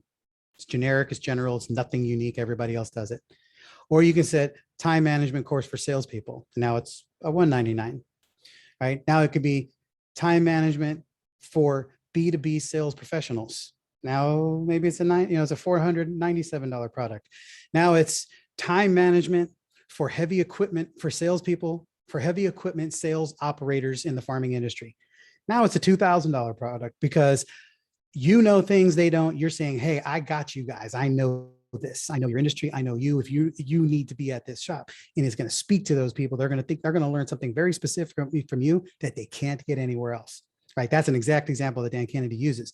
So you're right. That's exactly you. Right. Right. But and I appreciate that, and I thank you for that. But it's not earth science. I'm not teaching anything about medical devices. And doesn't matter. But I'm using my experience of 25 years in the industry to be able to show them. So, I mean, I'm doing smart things with them. Yeah. Let me ask you this. How long is that training? Usually an hour and a half. Hour and a half? You're magic. We do a training like that, but it takes us 2 days. But so you're awesome. You're in that hour and a half, what you're teaching them. Are you telling any stories about medical device industry? Are you telling any stories about your history, about your past, about clients? I give some history, and sometimes I'll give a client example when teaching them how to do their goals. So. I would suggest that from now forward, you start doing that a lot, because you're going to speak their language. You can say things about time management or goal setting, that are relevant to them. Maybe they think about projects in a way that nobody else thinks about projects. Maybe they think about deadlines and goals in ways that other people don't. I'm sure they do. I'm sure they have their own, industry jargon and language and stuff that you could weave into this. So you can tell them, yeah, when you're dealing with the SPOs and the AECs, and will help you do that 10 times faster, right? Because you know the language. Right. Right. And then if somebody else happens to be in a different industry, but because you're so clear, you're still going to attract people who want to know goal setting. And I'm going to think, if she can do goal setting for medical device professionals, for companies with 10,000 people or less, she must know some stuff that I don't. And I want to go to her goal setting class. So, Even so if you're I'm not in saying, that you're industry. saying the niche is better than being too broad, because the 100%. broader you are, the less you come across. Totally. Especially because you have a very relevant market that you can speak to right away, that you can market Right. very specifically to. Well, but if I go to market specifically to them, and there's like LinkedIn groups, I gotta be, I mean, I can advertise or share a free seminar, but if I was gonna charge for it, I don't think that I could go to groups, because you could get kicked out of groups. So That's all. Familiar with? I'm very familiar, very familiar. We do a lot of online business. That's all figure outable. That's all just logistics. First thing is make sure that you land on the niche, the sweet spot, make that go, capitalize on all of the experience, your decades of experience in this space. So you immediately show up as the expert to these people. And you know how to help them win. You're an expert in this space, and you're an expert at goal setting, not just goal setting, goal achieving. Because what they really want, that's the other piece, right? That's part of your hook. You're running a goal achieving workshop. Everybody's got goal setting workshops. Most people don't ever reach their goals. So we set the goal. We have the goal setting workshop that actually helps you achieve the goals for medical industry, device people, professionals, et cetera, right? So you're speaking to something different that they need done. Right. Yep. And here's the thing. I'm not going to encourage you to teach different stuff. If you just want to do SMART goals, great. You don't have to teach anything about the medical industry professionals, but you have captured their attention, and you have credibility with them because you speak their language and you understand their journey. So your stories can be about them. You don't have to teach anything specific about them. Okay. I'm a college athlete. I played baseball in college. We coached, nationally ranked high school basketball teams for 15 years. And one thing we did with our daughter, most of our kids, we were trying to keep them all college bound, all the players we were coaching. And all these parents would spend thousands of dollars to get their kids extra trainers, specialty, this and that, even if they didn't have the money. And I started taking our daughter to a chiropractor. And I referred to him as a sports chiropractor because he was working with some high school athletes. That wasn't his specialty. He was just a chiropractor, until I turned him into a sports chiropractor, because I started sharing with everybody. Yeah, he works with our daughter. He's really good at working with high school athletes, sports chiropractor. And all these other parents would go, I want a sports chiropractor. I want my little Susie and Timmy to go to a sports chiropractor, even though he's the same thing and doing the same work. He's not doing anything different. He's just adjusting them and treating them. Right. But because he's now known as a sports chiropractor, he had a line at the door of 13 to 16-year-old athletes.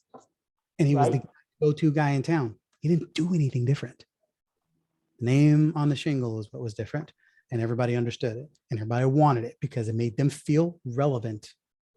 He understands my kid in a way that other chiropractors don't. Right. So you think by calling it a goal achieving workshop as opposed to a goal setting workshop sets it apart? Or I'm just putting that out there. I think it's something different to achieve, especially if I'm guessing you're dealing with people who probably have a different affinity for accomplishment and achievement than the average person. Yeah, probably. I'm guessing. I don't know.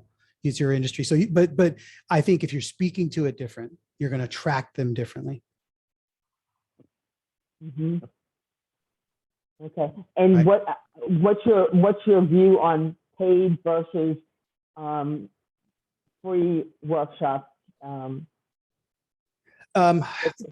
It's my guess is in that industry, I guess you could look at industry norms and stuff, but people who pay attention.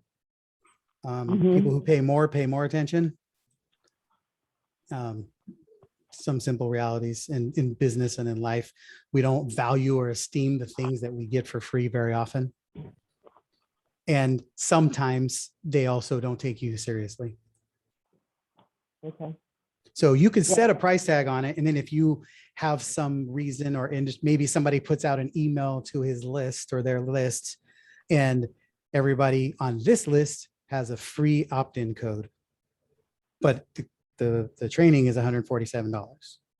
But for everybody who takes advantage of this promotion, gets it for a zero code, or that way that way they got it as a bonus. It wasn't just free. Right. Okay. Makes sense? Yep. So good stuff. Yeah, Thank I you. think you do well with that for sure. And you've got a niche that should be able to pay for your service as well, right? Yep. Which is a big component of market, right? They must be reachable. They must be a growing market. They must have a bleeding neck problem and the ability to pay. Yep. All right. Good stuff, guys. Good stuff. Any other last thoughts, questions around that? We're not done with this, but I want you're going to do more work on this. This should be something like I got flip charts all around my wall in my office here. I take notes on all kinds of things. I do all kinds of, but the things that I need to consistently think about, I put them on flip charts and I keep them on the wall. So I'm looking at them all the time. Okay. So I want to encourage you guys to be doing that with your offer pyramid. Keep it up. Just constantly reflect on it. Nice. I do the same thing. I have like a wall that's got big chunks of white board on it, and then I just put Post-its like boom, boom, boom, boom, boom. Yep. So with my pyramid, one of the reasons again why I'm here today is because I want to find maybe there's another level in my pyramid which I would like to incorporate both speaking and summits and events somewhere in this mix. And so I think, as we go forward, I'll probably learn where the sweet spot is for that, but I'm not sure where it is right now. So are you thinking in terms of you doing speaking and summits? I am, yes, yes. Okay. So so most of that, anything you're doing that is market facing talks, I do tons. I do about 300 talks a year. So in front of audiences, it helps when you have the pyramid done because you know right where you're sending people. Based on the audience, if I have a talk where I get a chance to really build some connection with them, I don't send them to our freebie. I might offer them the freebie, but I'll send them directly to a registration page for this event. Because we're warm, right? Versus if it's somebody who's sending out an email for me, so I'm not going to ask them to buy anything. I'm going to offer them our gift of the 29 online event ideas, which then puts them in a sequence that moves them towards registering for this event. Okay, so that's my upsell, downsell positioning right there, Yeah. right? So the more clear your offer pyramid is, you'll know right where other people fit, where to send people to begin with. Like I have a mastermind that I'm speaking to next week that I'm not going to send them to any of this stuff. I'm going to offer them straight into our 5K boot camp where we're going to build an event, right? But that's because they're already higher esteemed. I'm coming in at a much higher positioning level, well-known in this with a partner, and we're going to bypass the small stuff. And I'm not going to insult them with a freebie. I'm going to offer them an incredible value opportunity. Great answer. Thank you so much. Yeah. Message to market offer, right? Or market to, yeah. Is that what I said, right? Yeah, you know what I'm saying. That's all, folks. All right. So cool. Is this feeling, how's this landing with you guys? You're feeling much more confident, more clear, ready to roll here, right? You're not done. You're not done. You're going to work on this, but it helps to have, it's one thing to think about it. It's another thing to know what the heck you're supposed to be thinking about.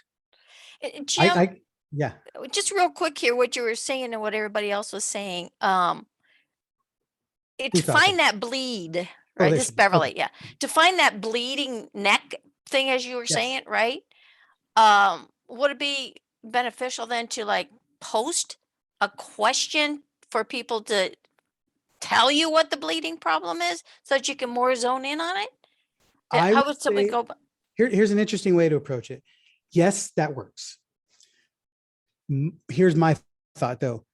If you, as the expert of the problem, you probably know a lot more about that and can identify it more than you think right now.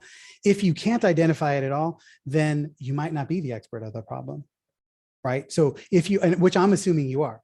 So if you know the problem that they're experiencing, you should be able to articulate it. So certainly do some market research calls. You can do that. I get people in, but you want to be really clear. So then maybe throw out what I come across as being the bleed out and say, who has this problem? Yeah, and but not necessarily, maybe because there's one thing to ask it, it's another thing to illustrate it, right? You can say, hey, who has this problem? Or you can say, when's the last time this happened to you? And you walk through Ah, and they go, oh man, that was me yesterday. That was me last month, right? Etc. So you want to think about the intersection of where they need you the most. And it's usually not when they're on the phone with you. So they can't think of it right. in the moment. So you have to think about it and walk them back there, right? The simple example I use all the time is, if you're on a weight loss journey, who's ever been on calorie counting or carb counting or all that stuff, right? We've all done that stuff. So, and then you get to a place where like, man, I had the greatest day. I didn't eat anything bad. I had no carbs. I had no sugar. I got in all my water. I did my 10,000 steps. And then 11 o'clock at night, the fridge calls you. You got to you bust out the combination lock. You're like, oh, I got to remember the combination of this damn freezer. The Haagen-Dazs is in there, right? And then you get it in there, you take it out, you eat the Haagen-Dazs. Oh, that was so good. And then you start beating the crap out of yourself with guilt and shame and all of that. And so if I'm the coach of that person, the person who's looking to speak to that person who was just challenged with this, then when's the last time you had that trip to the fridge in the middle of the night after you had the greatest day? And not only did you break your promise to yourself, you've then been writhing in pain and shame and guilt since. Right now, you're speaking to the bleeding neck. You're speaking to them because like, oh my God, I did that yesterday. I did that last week. I did that, whatever. Right. So you have to think of the intersection where the pain is the most and you intersect the most. And then you have to have questions and stories that walk them there. The only thing what I want everybody to be working on is your whole marketing and sales journey should be full of asking questions and telling stories. That's it. Asking questions, telling stories, asking questions, telling stories, asking questions, telling stories. From the moment they come into your world until the moment they get until they buy from you. That's it. The better you get at that, then you don't have to tell them anything. You share the experience. You're only sharing one of two experiences. You're either sharing the experience of who they want to be, or you're sharing the experience of who they're tired of being. That's it. And the more clear you get on that, they are just now in this, I am fed up with this and I can't do it any longer. Can't do this anymore. And the more, if you're always speaking to that over and over and over again, it's like the dripping water. It's just nonstop. They're like, oh my God, she just keeps tapping into my pain. Sometimes I'm gonna have to call this woman. Why am I not calling her? I don't know, because I like the mess I've created, which means I'm not tired of it yet. I'm not done with it yet.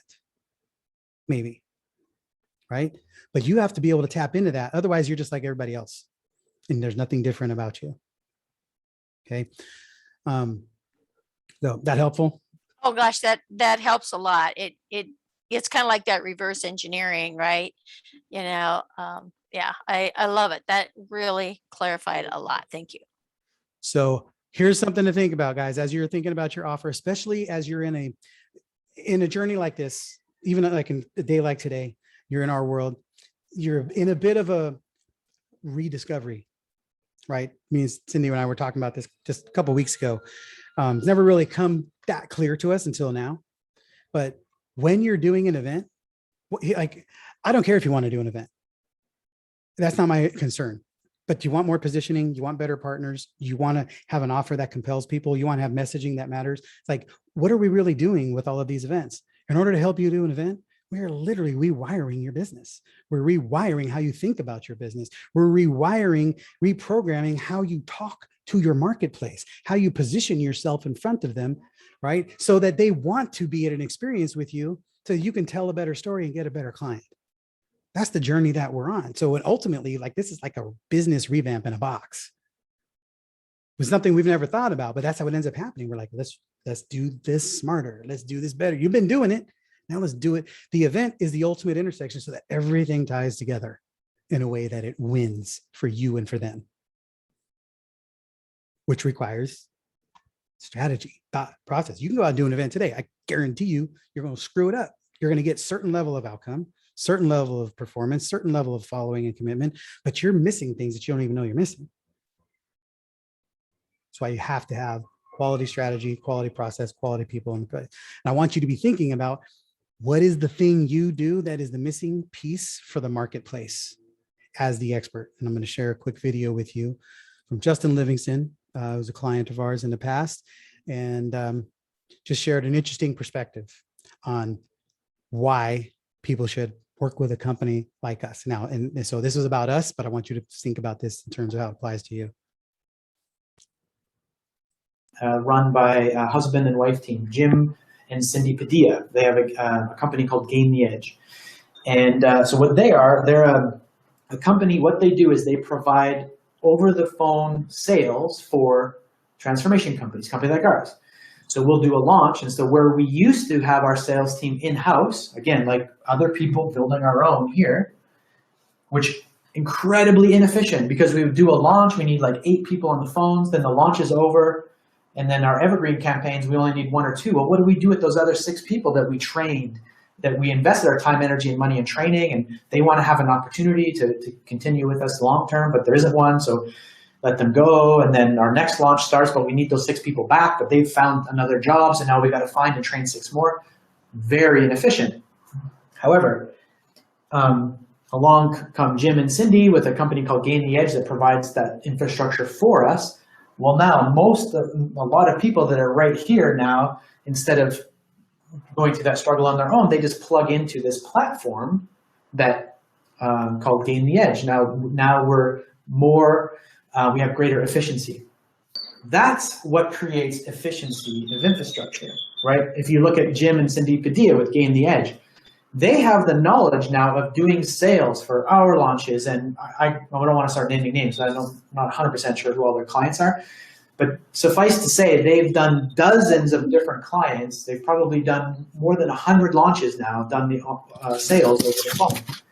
Well, they have data and experience that we could have never acquired on our own. We just could not, just being one company, we would never get that much experience, that much volume to be able to have the depth of understanding that they have. Therefore, they can have a lot more efficiency of infrastructure. So Justin, that was like a 17-minute video about efficiencies of infrastructure. He had just happened to reference us a few times, so we pulled the pieces out. That's why he said our name so many times in 2 minutes, but because it was actually a 17-minute training. But the point was, we've done this so well and so many times that we do this. We know things that we've forgotten things that you'll never even, that you don't even know, right? We've done more things wrong than you've ever had to even worry about trying to do right in this area. We are rock stars, lock and loaded in this way. And so when you're thinking about how you show up to your marketplace, that's what you got to be thinking about.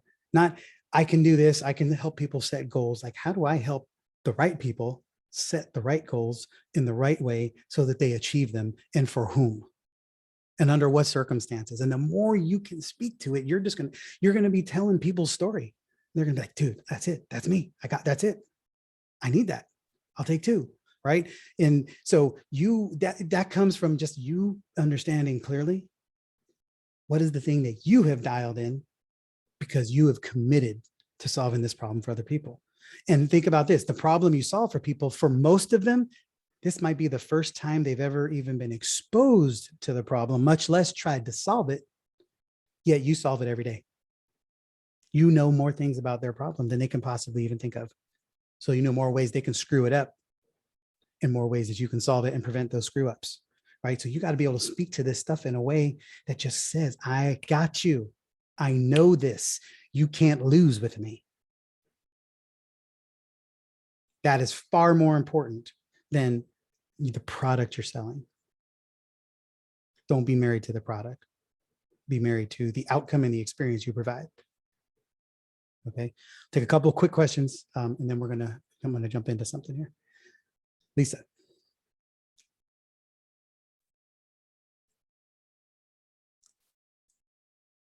Oh, let's get her unmuted.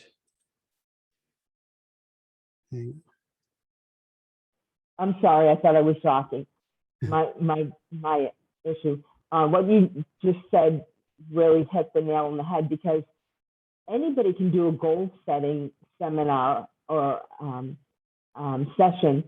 But when you're talking about the bleeding neck, how do you then make it apply to them?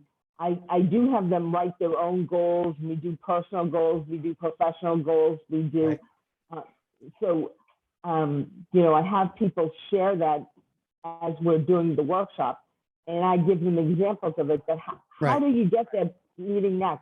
How do you, either for your marketing copy, tell them, I would think, and that's where I was playing with the achievable goals, right? Maybe their bleeding neck is they don't ever accomplish the things they know they're supposed to. They had big goals, they came up short because they didn't have a plan to actually achieve them. They had a great plan for setting them, right? So if that, I don't know if that is the bleeding neck, but I would think exploring that option, like what are the things, what are the bleeding necks? Why would they not show up for your goals? I don't want to show up for that. I haven't accomplished my goals in the last 5 years. Why should I go to another goal setting workshop? Or, or whatever. Maybe they don't show up to it because they have to look in the mirror at their lack of willingness to commit. I don't want to set a goal because it's going to now make me see myself as less than, because it's going to reveal the fact that I have fallen short every single time. Therefore, to heck with you and your goal setting workshop. Right? Okay. So it's got nothing to do with your goals. But again, if you can speak to the goal setting workshop for people who don't accomplish their goals, the goal, something, that's not right, but it's something like that. I would play with that. But then I'd lose that whole feel for the medical device industry. I would keep it on the, if that's who you're, if you can do, I guess maybe I'm premature in that, if you don't necessarily need to serve that industry, you have a huge advantage in that you do. I would somehow leverage the fact that that is your expertise so that it matters to the common world. But like I said, if you do goal setting in general, now you have to have, maybe the specific market is for people who don't typically accomplish their goals. But then you got to be careful in how you word that, because you don't want to attract a bunch of broken people.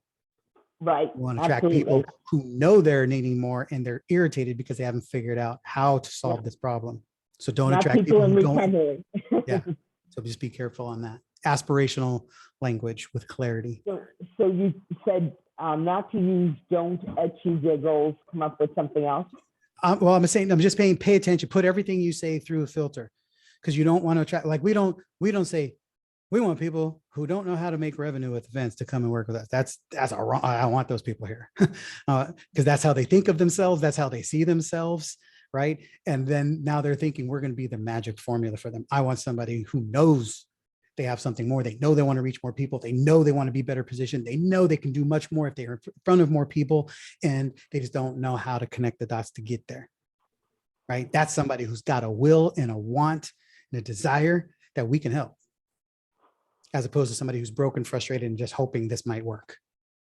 I don't want those. That's not who we want to attract. All right. Olivia. Thank you. Yes, you're welcome. Hi. Okay, so this is my, it's going to be my first event that I'm doing. I had a brain injury from a car accident. Can you hear me well? Yes. I had a brain injury from a car accident 3.5 years ago. And I have met other people with brain injuries, and we decided that we want to put an event together, not necessarily to help people with brain injuries, but all of us have some cognitive issues, memory issues, and we all have different solutions for them. I journal and do goal setting. Someone else has anxiety from it, and she uses natural ways of eating, nutrition, and we all go to neuropsychologists for weekly getting better. So the thing that's kind of cool is somehow some very influential people are like us and they want to help us. Right. And these influential people are people that if I said their names, you would know them. They're on television. They have like hundreds of thousands of followers, and they like our mission. They like the idea that it doesn't have to be just for people with brain injuries, but people who are overwhelmed can also have the same issues that people have a brain injury, people who have, anyway, I think you're getting the gist of it.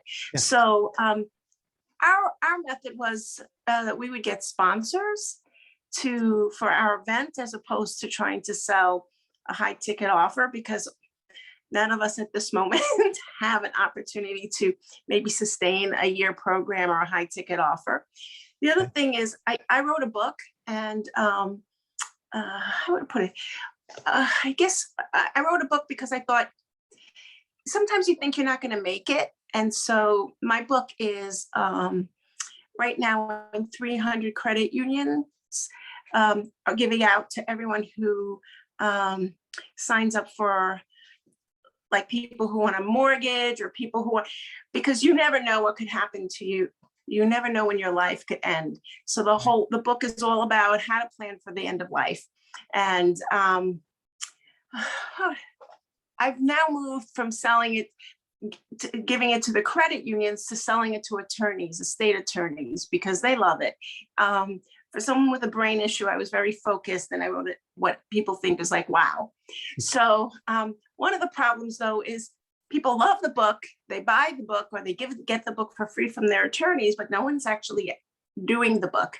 So I thought that could be my high ticket offer, helping people move through this 105-page workbook that feels like a chore but needs to be done. And I'm not sure what you thought, if this is a good direction to go, or just leave it alone and just.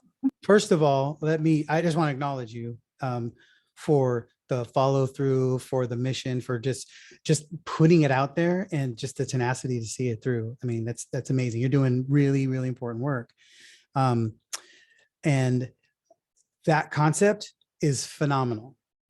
If I recommend it highly. We have several clients who work on that, but build you put a book that delivers the solution, and then now that becomes your low end of the offer tree, right? But somebody who actually then has this book and says, wow, how do I live this out? How do I put this into play? And you've got a coaching program that walks them through it, or you have something high end that helps them do it one-on-one, right? But because how many read a book and go, man, these are great ideas, and you never do any of them, right? I mean, I'm assuming all of our hands are up, probably both hands. So first of all, great concept. Absolutely. I 100% endorse that strategy. The key is, who's the person who's going to make that decision? Because are the people who are going to step into that, are they aware of the problem? Like I was thinking, like, I would have, since what I learned is, like you were talking about your $47, I was selling the book one at a time. And then I said, this is ridiculous at $22.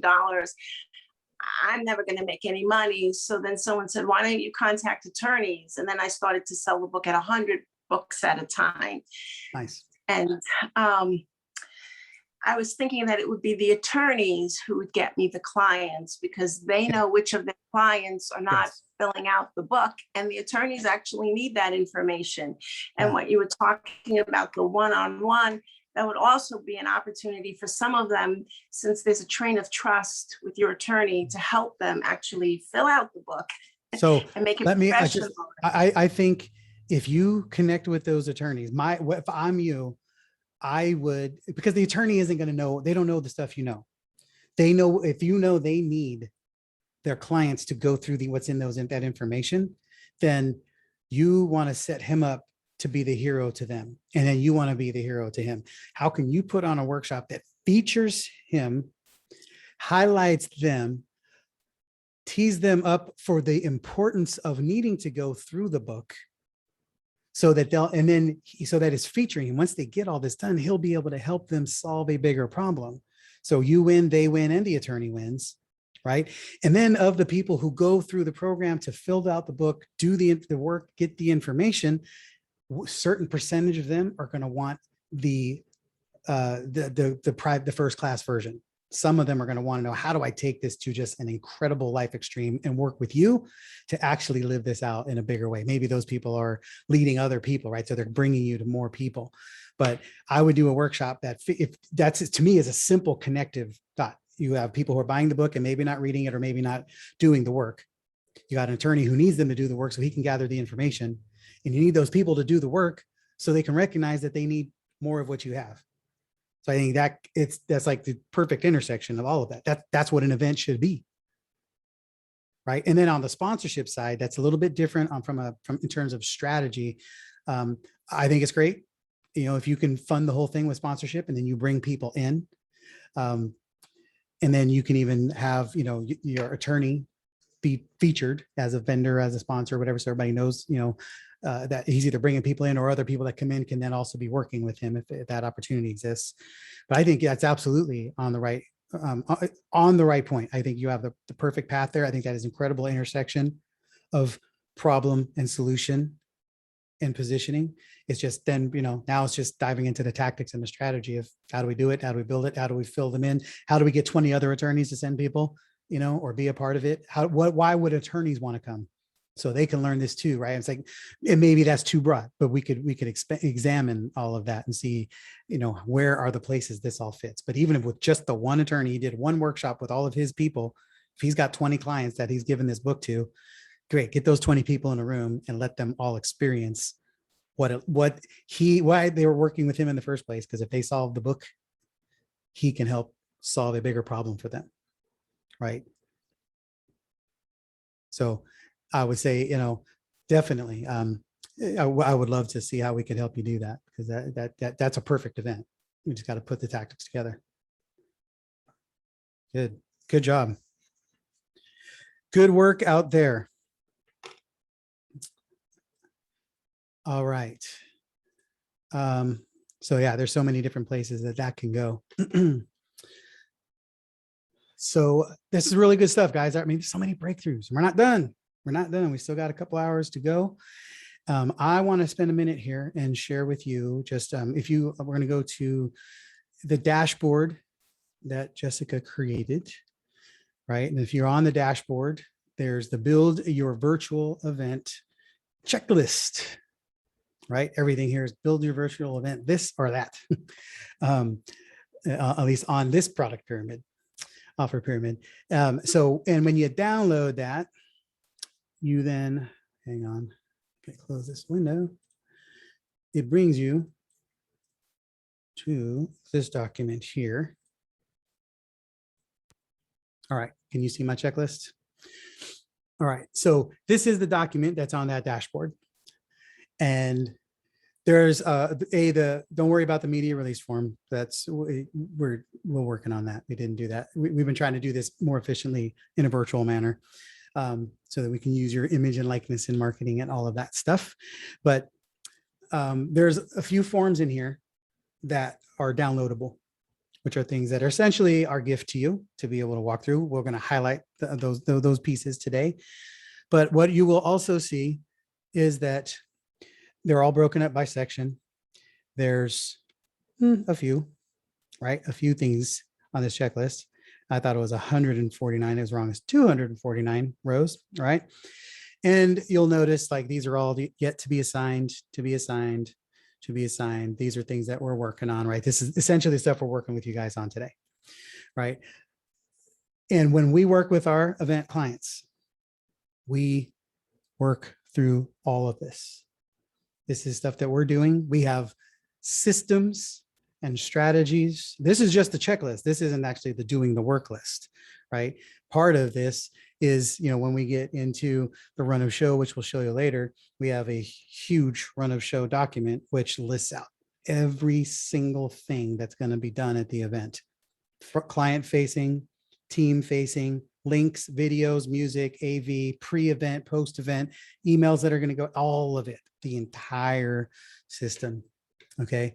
So we work with people on this. So you now have this. Now this, you have to be, this is the biggest caution that I can give you on this. This is a loaded gun. And our team is consistently challenging us on not giving this away. Primarily because it'd be like giving somebody a loaded gun.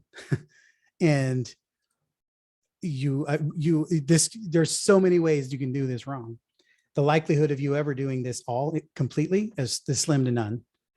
And the likelihood of you doing most of this with any high degree of effectiveness is pretty slim.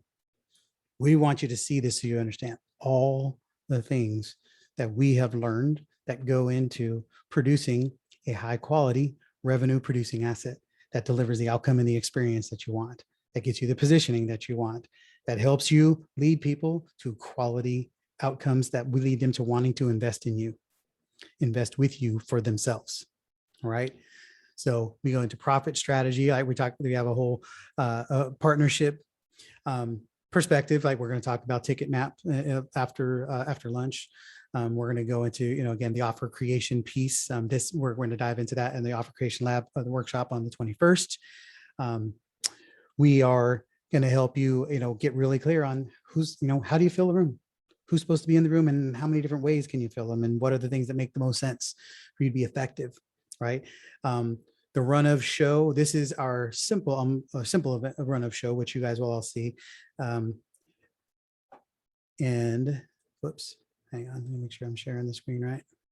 Come on, sucker. Come on, sucker. All right.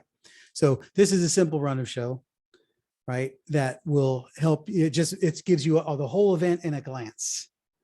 These are the big chunks, the big content pieces that we'll go into. We're going to talk through some of this later today, right? That you will be able to see. What we have a bigger version, like I said, which has every single small thing, all the details, all the moving parts that are built in. And those are things that, you're not going to get that for $97. That's, you gotta hire us to do some stuff for you at a high level to be able to make that go.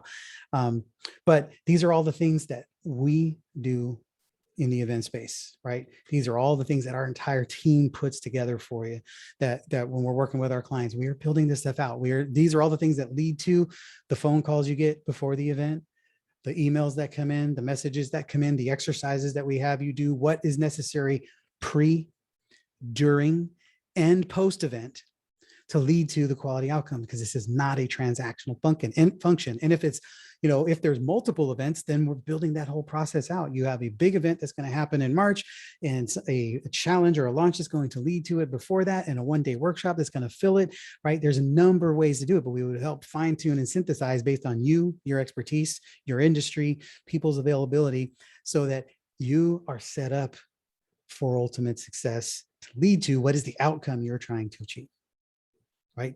So, because the likelihood of you landing on it on your own, guessing it's just not going to work. It just hasn't. It just doesn't happen. And the reason that we know all the things that we know and the things that we have discovered is because we've done, as Justin Livingston said, that video that he did was like 2016. So we've done hundreds of events since then, and hundreds more strategy opportunities and a lot more learning. So I want you to understand all the moving parts, just like all the stuff that that goes into delivering the outcomes and the solutions for the people that you serve. Those are all the things that we've been able to develop and to gain and to share. And as much as I would love to, I would love to be able to just say, here's everything we know. Here's everything we've created. Here's everything we do. And we give that. If you follow us, if you follow us over the course of a year, you'll probably have every resource that we create, because we're always giving stuff away. Here's one piece, here's a piece, here's a part, here's a piece. It will take you a year just to gather them all. And then you got to figure out how to implement them all and put them all to play. But we give away, I recommend, give away everything you got, because people they're not going to deliver it, implement it, execute on their own. They're going to have a resource. They're going to see that you're generous. They're going to see that you care. They're going to see that you're an expert. And then they're going to need more, right? That's not deceptiveness. That's trying to give value. You want to show them, right? We talked about the offer being the ultimate evidence of your expertise. Well, if you're putting content out into the world that comes straight from your offer, like we literally share all of our resources. They mean nothing without the context, the coaching, the training, and the strategy behind it. But we're happy to give it to you, right? So we've set all of this up so that as we're walking through this process today, you are able to see that A, we know what we're doing. A, you can do this too. B, and that you're capable of it, that the world needs it. Your audience needs you. They need to find you. They need to be able to know how to engage you. You have to share with them a new way of thinking about their problem and the solution and what they're doing to solve it. And we just don't know a better way than producing an event. Event gives you that resource, that perfect intersection to pull all the players together and to walk them through a journey that helps tell a better story. So then you can get a better client, right? Which is what we're doing today. We've talked about, how important is the offer? How fine-tuned does the offer need to be? What is the strategy around creating an offer? And we're going to give you a lot more of that.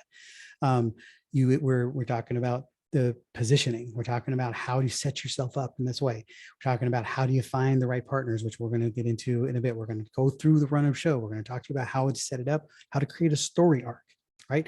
We're talking about all the things that are necessary, what needs to happen beforehand so that people want to find out about how you solve their problems. And then what do you do with people after the event once they've learned it and then they need to do something about it, okay? These are the things that we're talking about here today. But the component that is missing, what we're going to walk through by the time we're done today after a couple more hours, is you're going to be armed with information. You're going to have some key resources and an idea. And then you're going to be off on your own to your own devices to try to figure out how to make it go. And unfortunately, we've just seen too many times that the best of intentions just don't ever get met.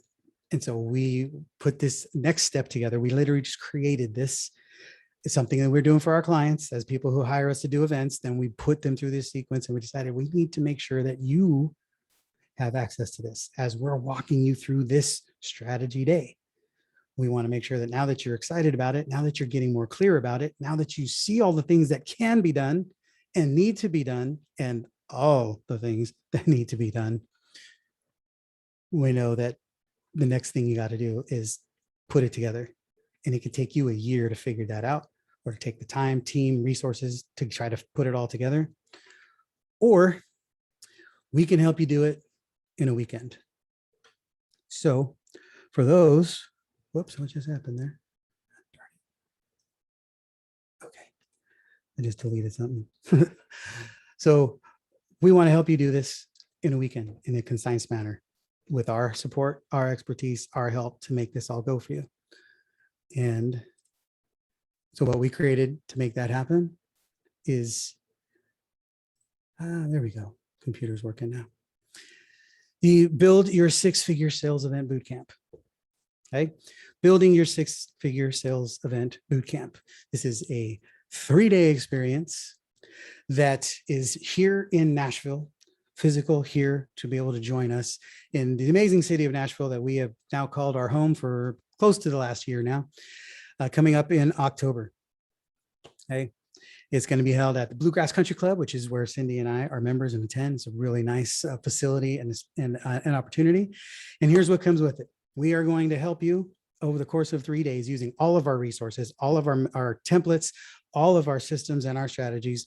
We are going to help you build your offer. We're going to help you practice your pitch. You're going to be able to present your offer in real time with us. So we'll be able to help you put it together so that it becomes compelling, clear, and clean for the people who you're going to put it to in your event. Okay, $2,000 value. Okay, we are going to help you with fill the room.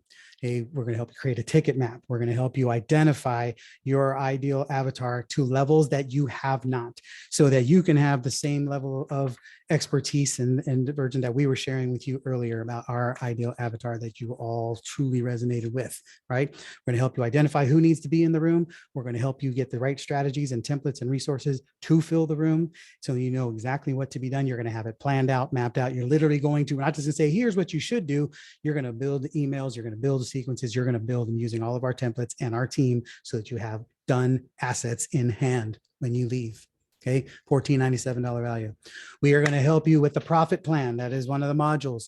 You can't build an event until you know what it's going to cost you, right? You need to count the cost of everything that's going to be in place. We're going to help you put a budget in place for your event.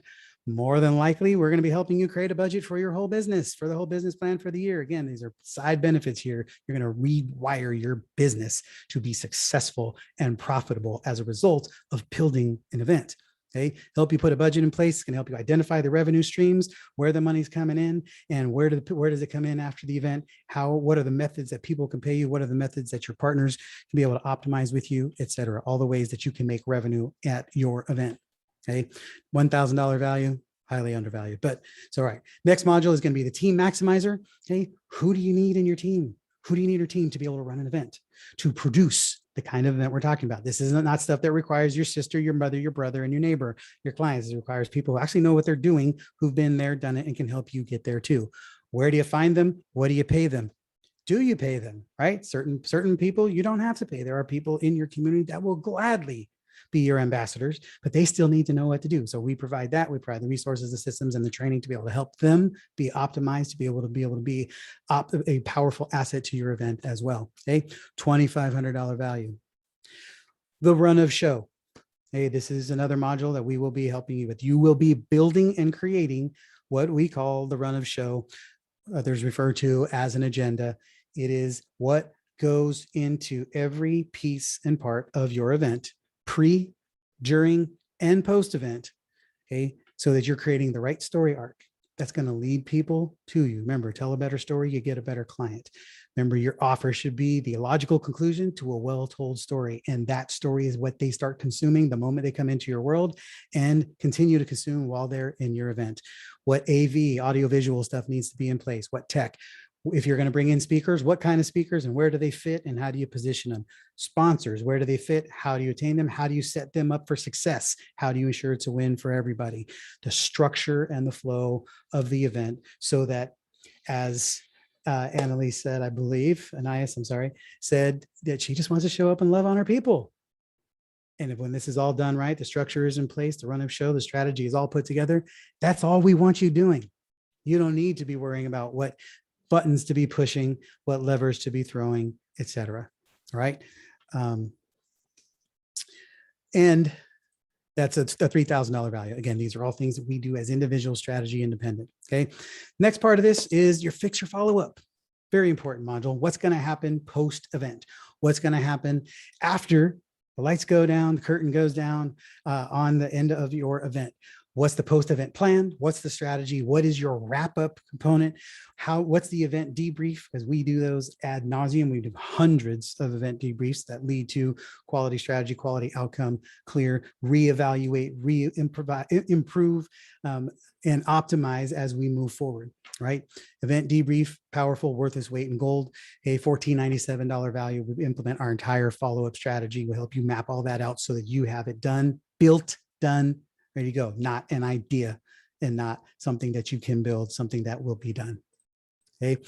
We also have pre-event monthly engagement for your event. So we are doing, we invite you to be a guest expert, a guest ambassador behind the scenes on events that we have coming up. We have multiple events happening over the next several weeks. And we invite you to be able to be on our calls, our strategy calls with our clients behind the scenes as we're planning and putting things together. You can start seeing how all this stuff formulates and is pulled in, right? So you'll be able to be a guest support team member for us.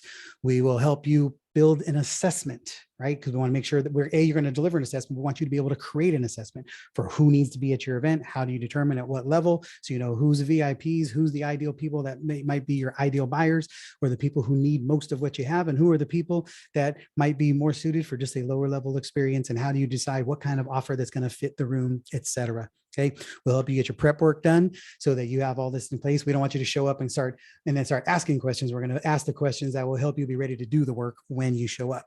Okay, we will help you get your goals in place. We will help you get your help you set you up so that you achieve your goals and not just set them. And we will do content vetting for you. Very important part of this. So as we show up, we have weekly calls that you have access to. And as you're thinking about content modules, we will vet those content modules for you so that you will not waste your time putting content in that doesn't belong. So you can say, I was going to think about teaching this and this, and we can refine it. Say, maybe you should just teach this part and tee this part up. Most people, we've never had an event where we've had to tell anybody to add more content. It's always the opposite. We're usually ripping stuff out, saying this doesn't fit, that's too much, that doesn't line up with this, right? So you get our expertise and what's going to help them have that ideal experience that leads to the ideal outcome for them buying from you. Okay, $500 value, extremely low. Bonus number one of the best parts of this that we're super excited about is you get a video pitch recorded. So we've got a recording studio here in Nashville near where we are going to be. And we're bringing you to the Durant Studios where you're going to get a 60-second event promo recorded and done so that you can then, after you have all your event resources and assets and strategy built, you'll also have a promotion video that you can then start putting out. So what we're trying to do is really eliminate any excuse that you have to be able to do an event, because you have everything you need to get it done and a way to promote it.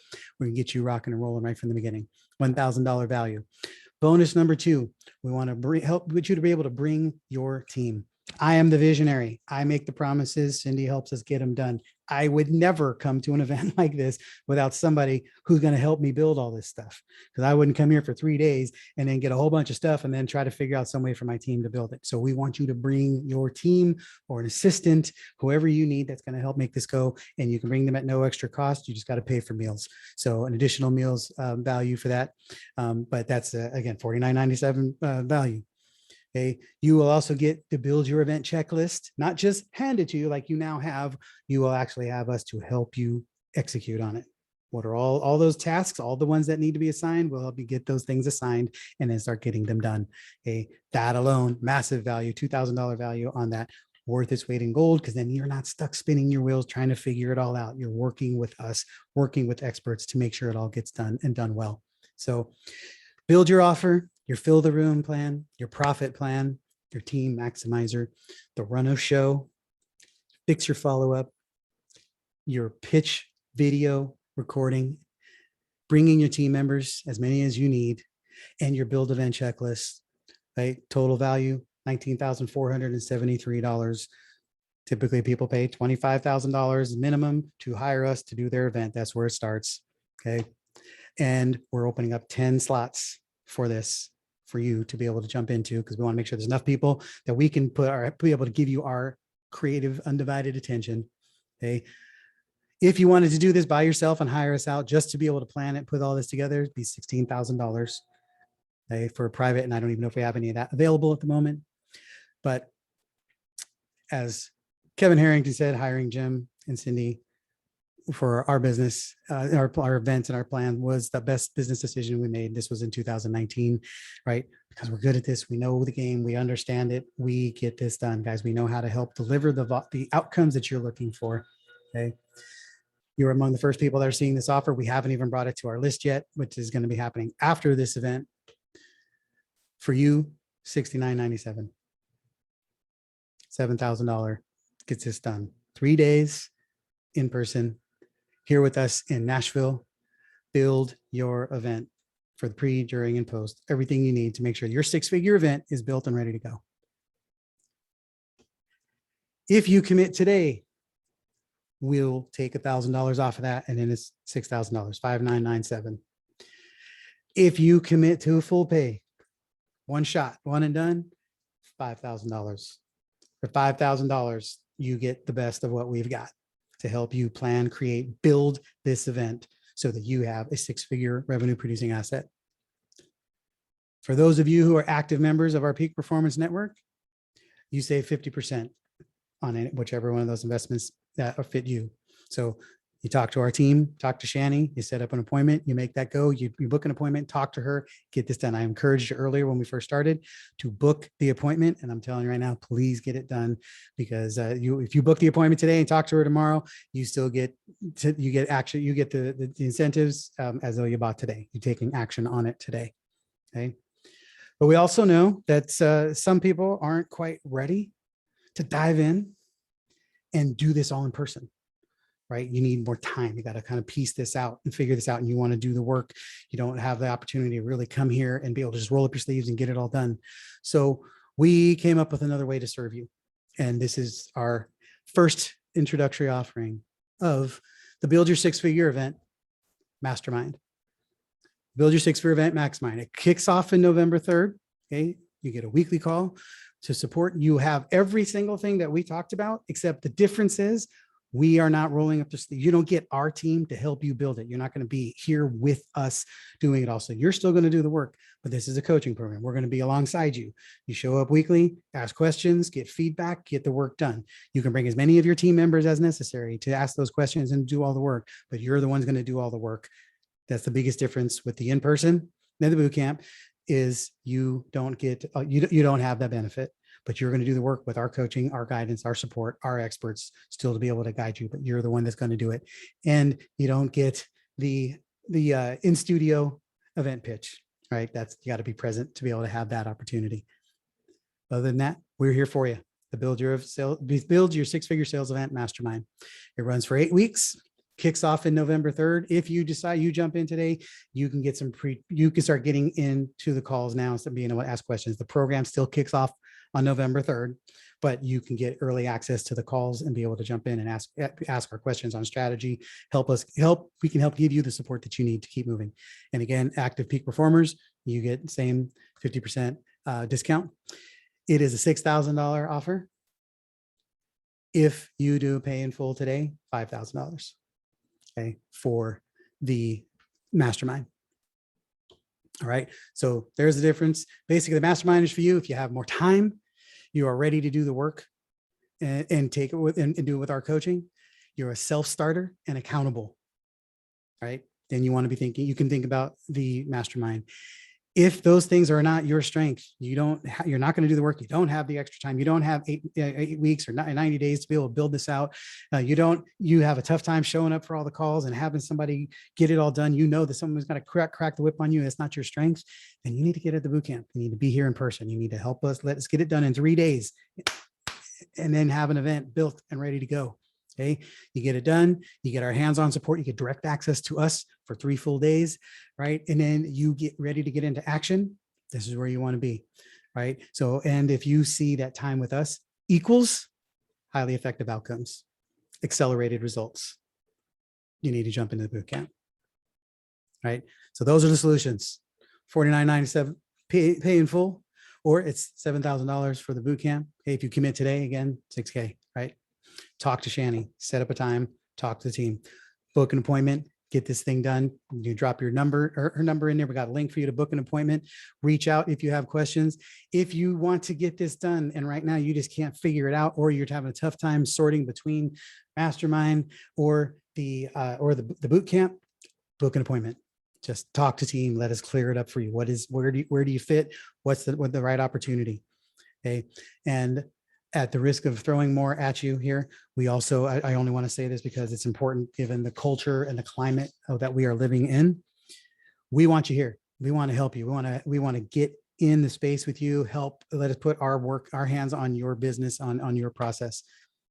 But we also know that some of you, just travel is not reality for you. You still want the bootcamp experience. You still want the building it and getting it done, but you can't come to Nashville. We do have a virtual experience, the same exact thing. It'll be the exact same event, except it'll be virtual, and it's going to be in November. Cindy, do we have those dates?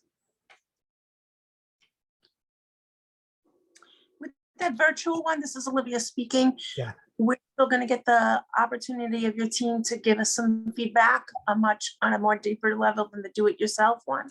Oh, yeah, no. So yeah, on the boot camp, on the mastermind, excuse me, with the weekly calls, we're going to give you feedback. You'll show up for weekly calls. So every week you can ask questions. We're there for it. We're just not going to help you build it. That's the part. No, the one you were just talking about, the virtual one. Yeah, the virtual is going to be just like the boot camp. It's going to be 3 days, all our templates, all the resource strategies. The goal is by the end of those 3 days, you will have your event built. So it works the exact same way, but except virtual instead of coming here. So for those who are travel challenged or just don't feel like that's the best thing for you to do, we understand it. It's the only reason I'm offering it. Please know that I would never offer an outlet. I want you to step into the greatest version of yourself, but we also understand this is a real thing in our world right now. So we don't want to force somebody to make a decision between putting yourself in what you see as a risky situation or not in order to get the outcome. So there's a lot there. I want you to think about it. I want you to set up a time to talk to Shani. And then we're going to send you guys to lunch. So I would recommend right now, reach out, text Shani. Allison, you've been dropping her info in there, I assume. So you can book an appointment with her, or reach out and text and see if she can grab you into a time to talk right now. We are going to let you go for lunch. And there it is. Right now, well, we're a Can little Shannon behind. So just call me? Can I put my phone number in there and she can call me? It'd be easier for me. yes, go for that. Go ahead and Yes. Allison, capture that. We'll make sure that she reaches out to you. Yeah, and then I just want to add, again, we are super excited to be hosting a live event. It's been a year. We're just starting our own travel again. Jim leaves for Atlanta next week to support a client. Then he'll be in San Diego. And so travel is happening. And again, the option is there. What I'm thrilled about is the Nashville experience is going to be amazing. It's also going to be intimate and boutique. It's 24 business owners. We have room for 17 more. So we have already sold some seats, and the full-on marketing campaign will begin. So it is intimate enough because we want to deliver the results, right? We're going to be working hands-on with you. Roll up those sleeves, flip charts everywhere. It's going to look like a crazy space. And what I love about it is we're going to do this live, and then we will produce it virtually. So we will have, worked out the bugs. There's always, anytime we do anything, there's going to be room for improvement, and that's our juju. Also, we're always improving what we do and delivering better and better. All right. So we are going to turn you loose to lunch. 30 minutes. So it's right now 2:05 Central. Let's get you back here. So let's go 25 minutes.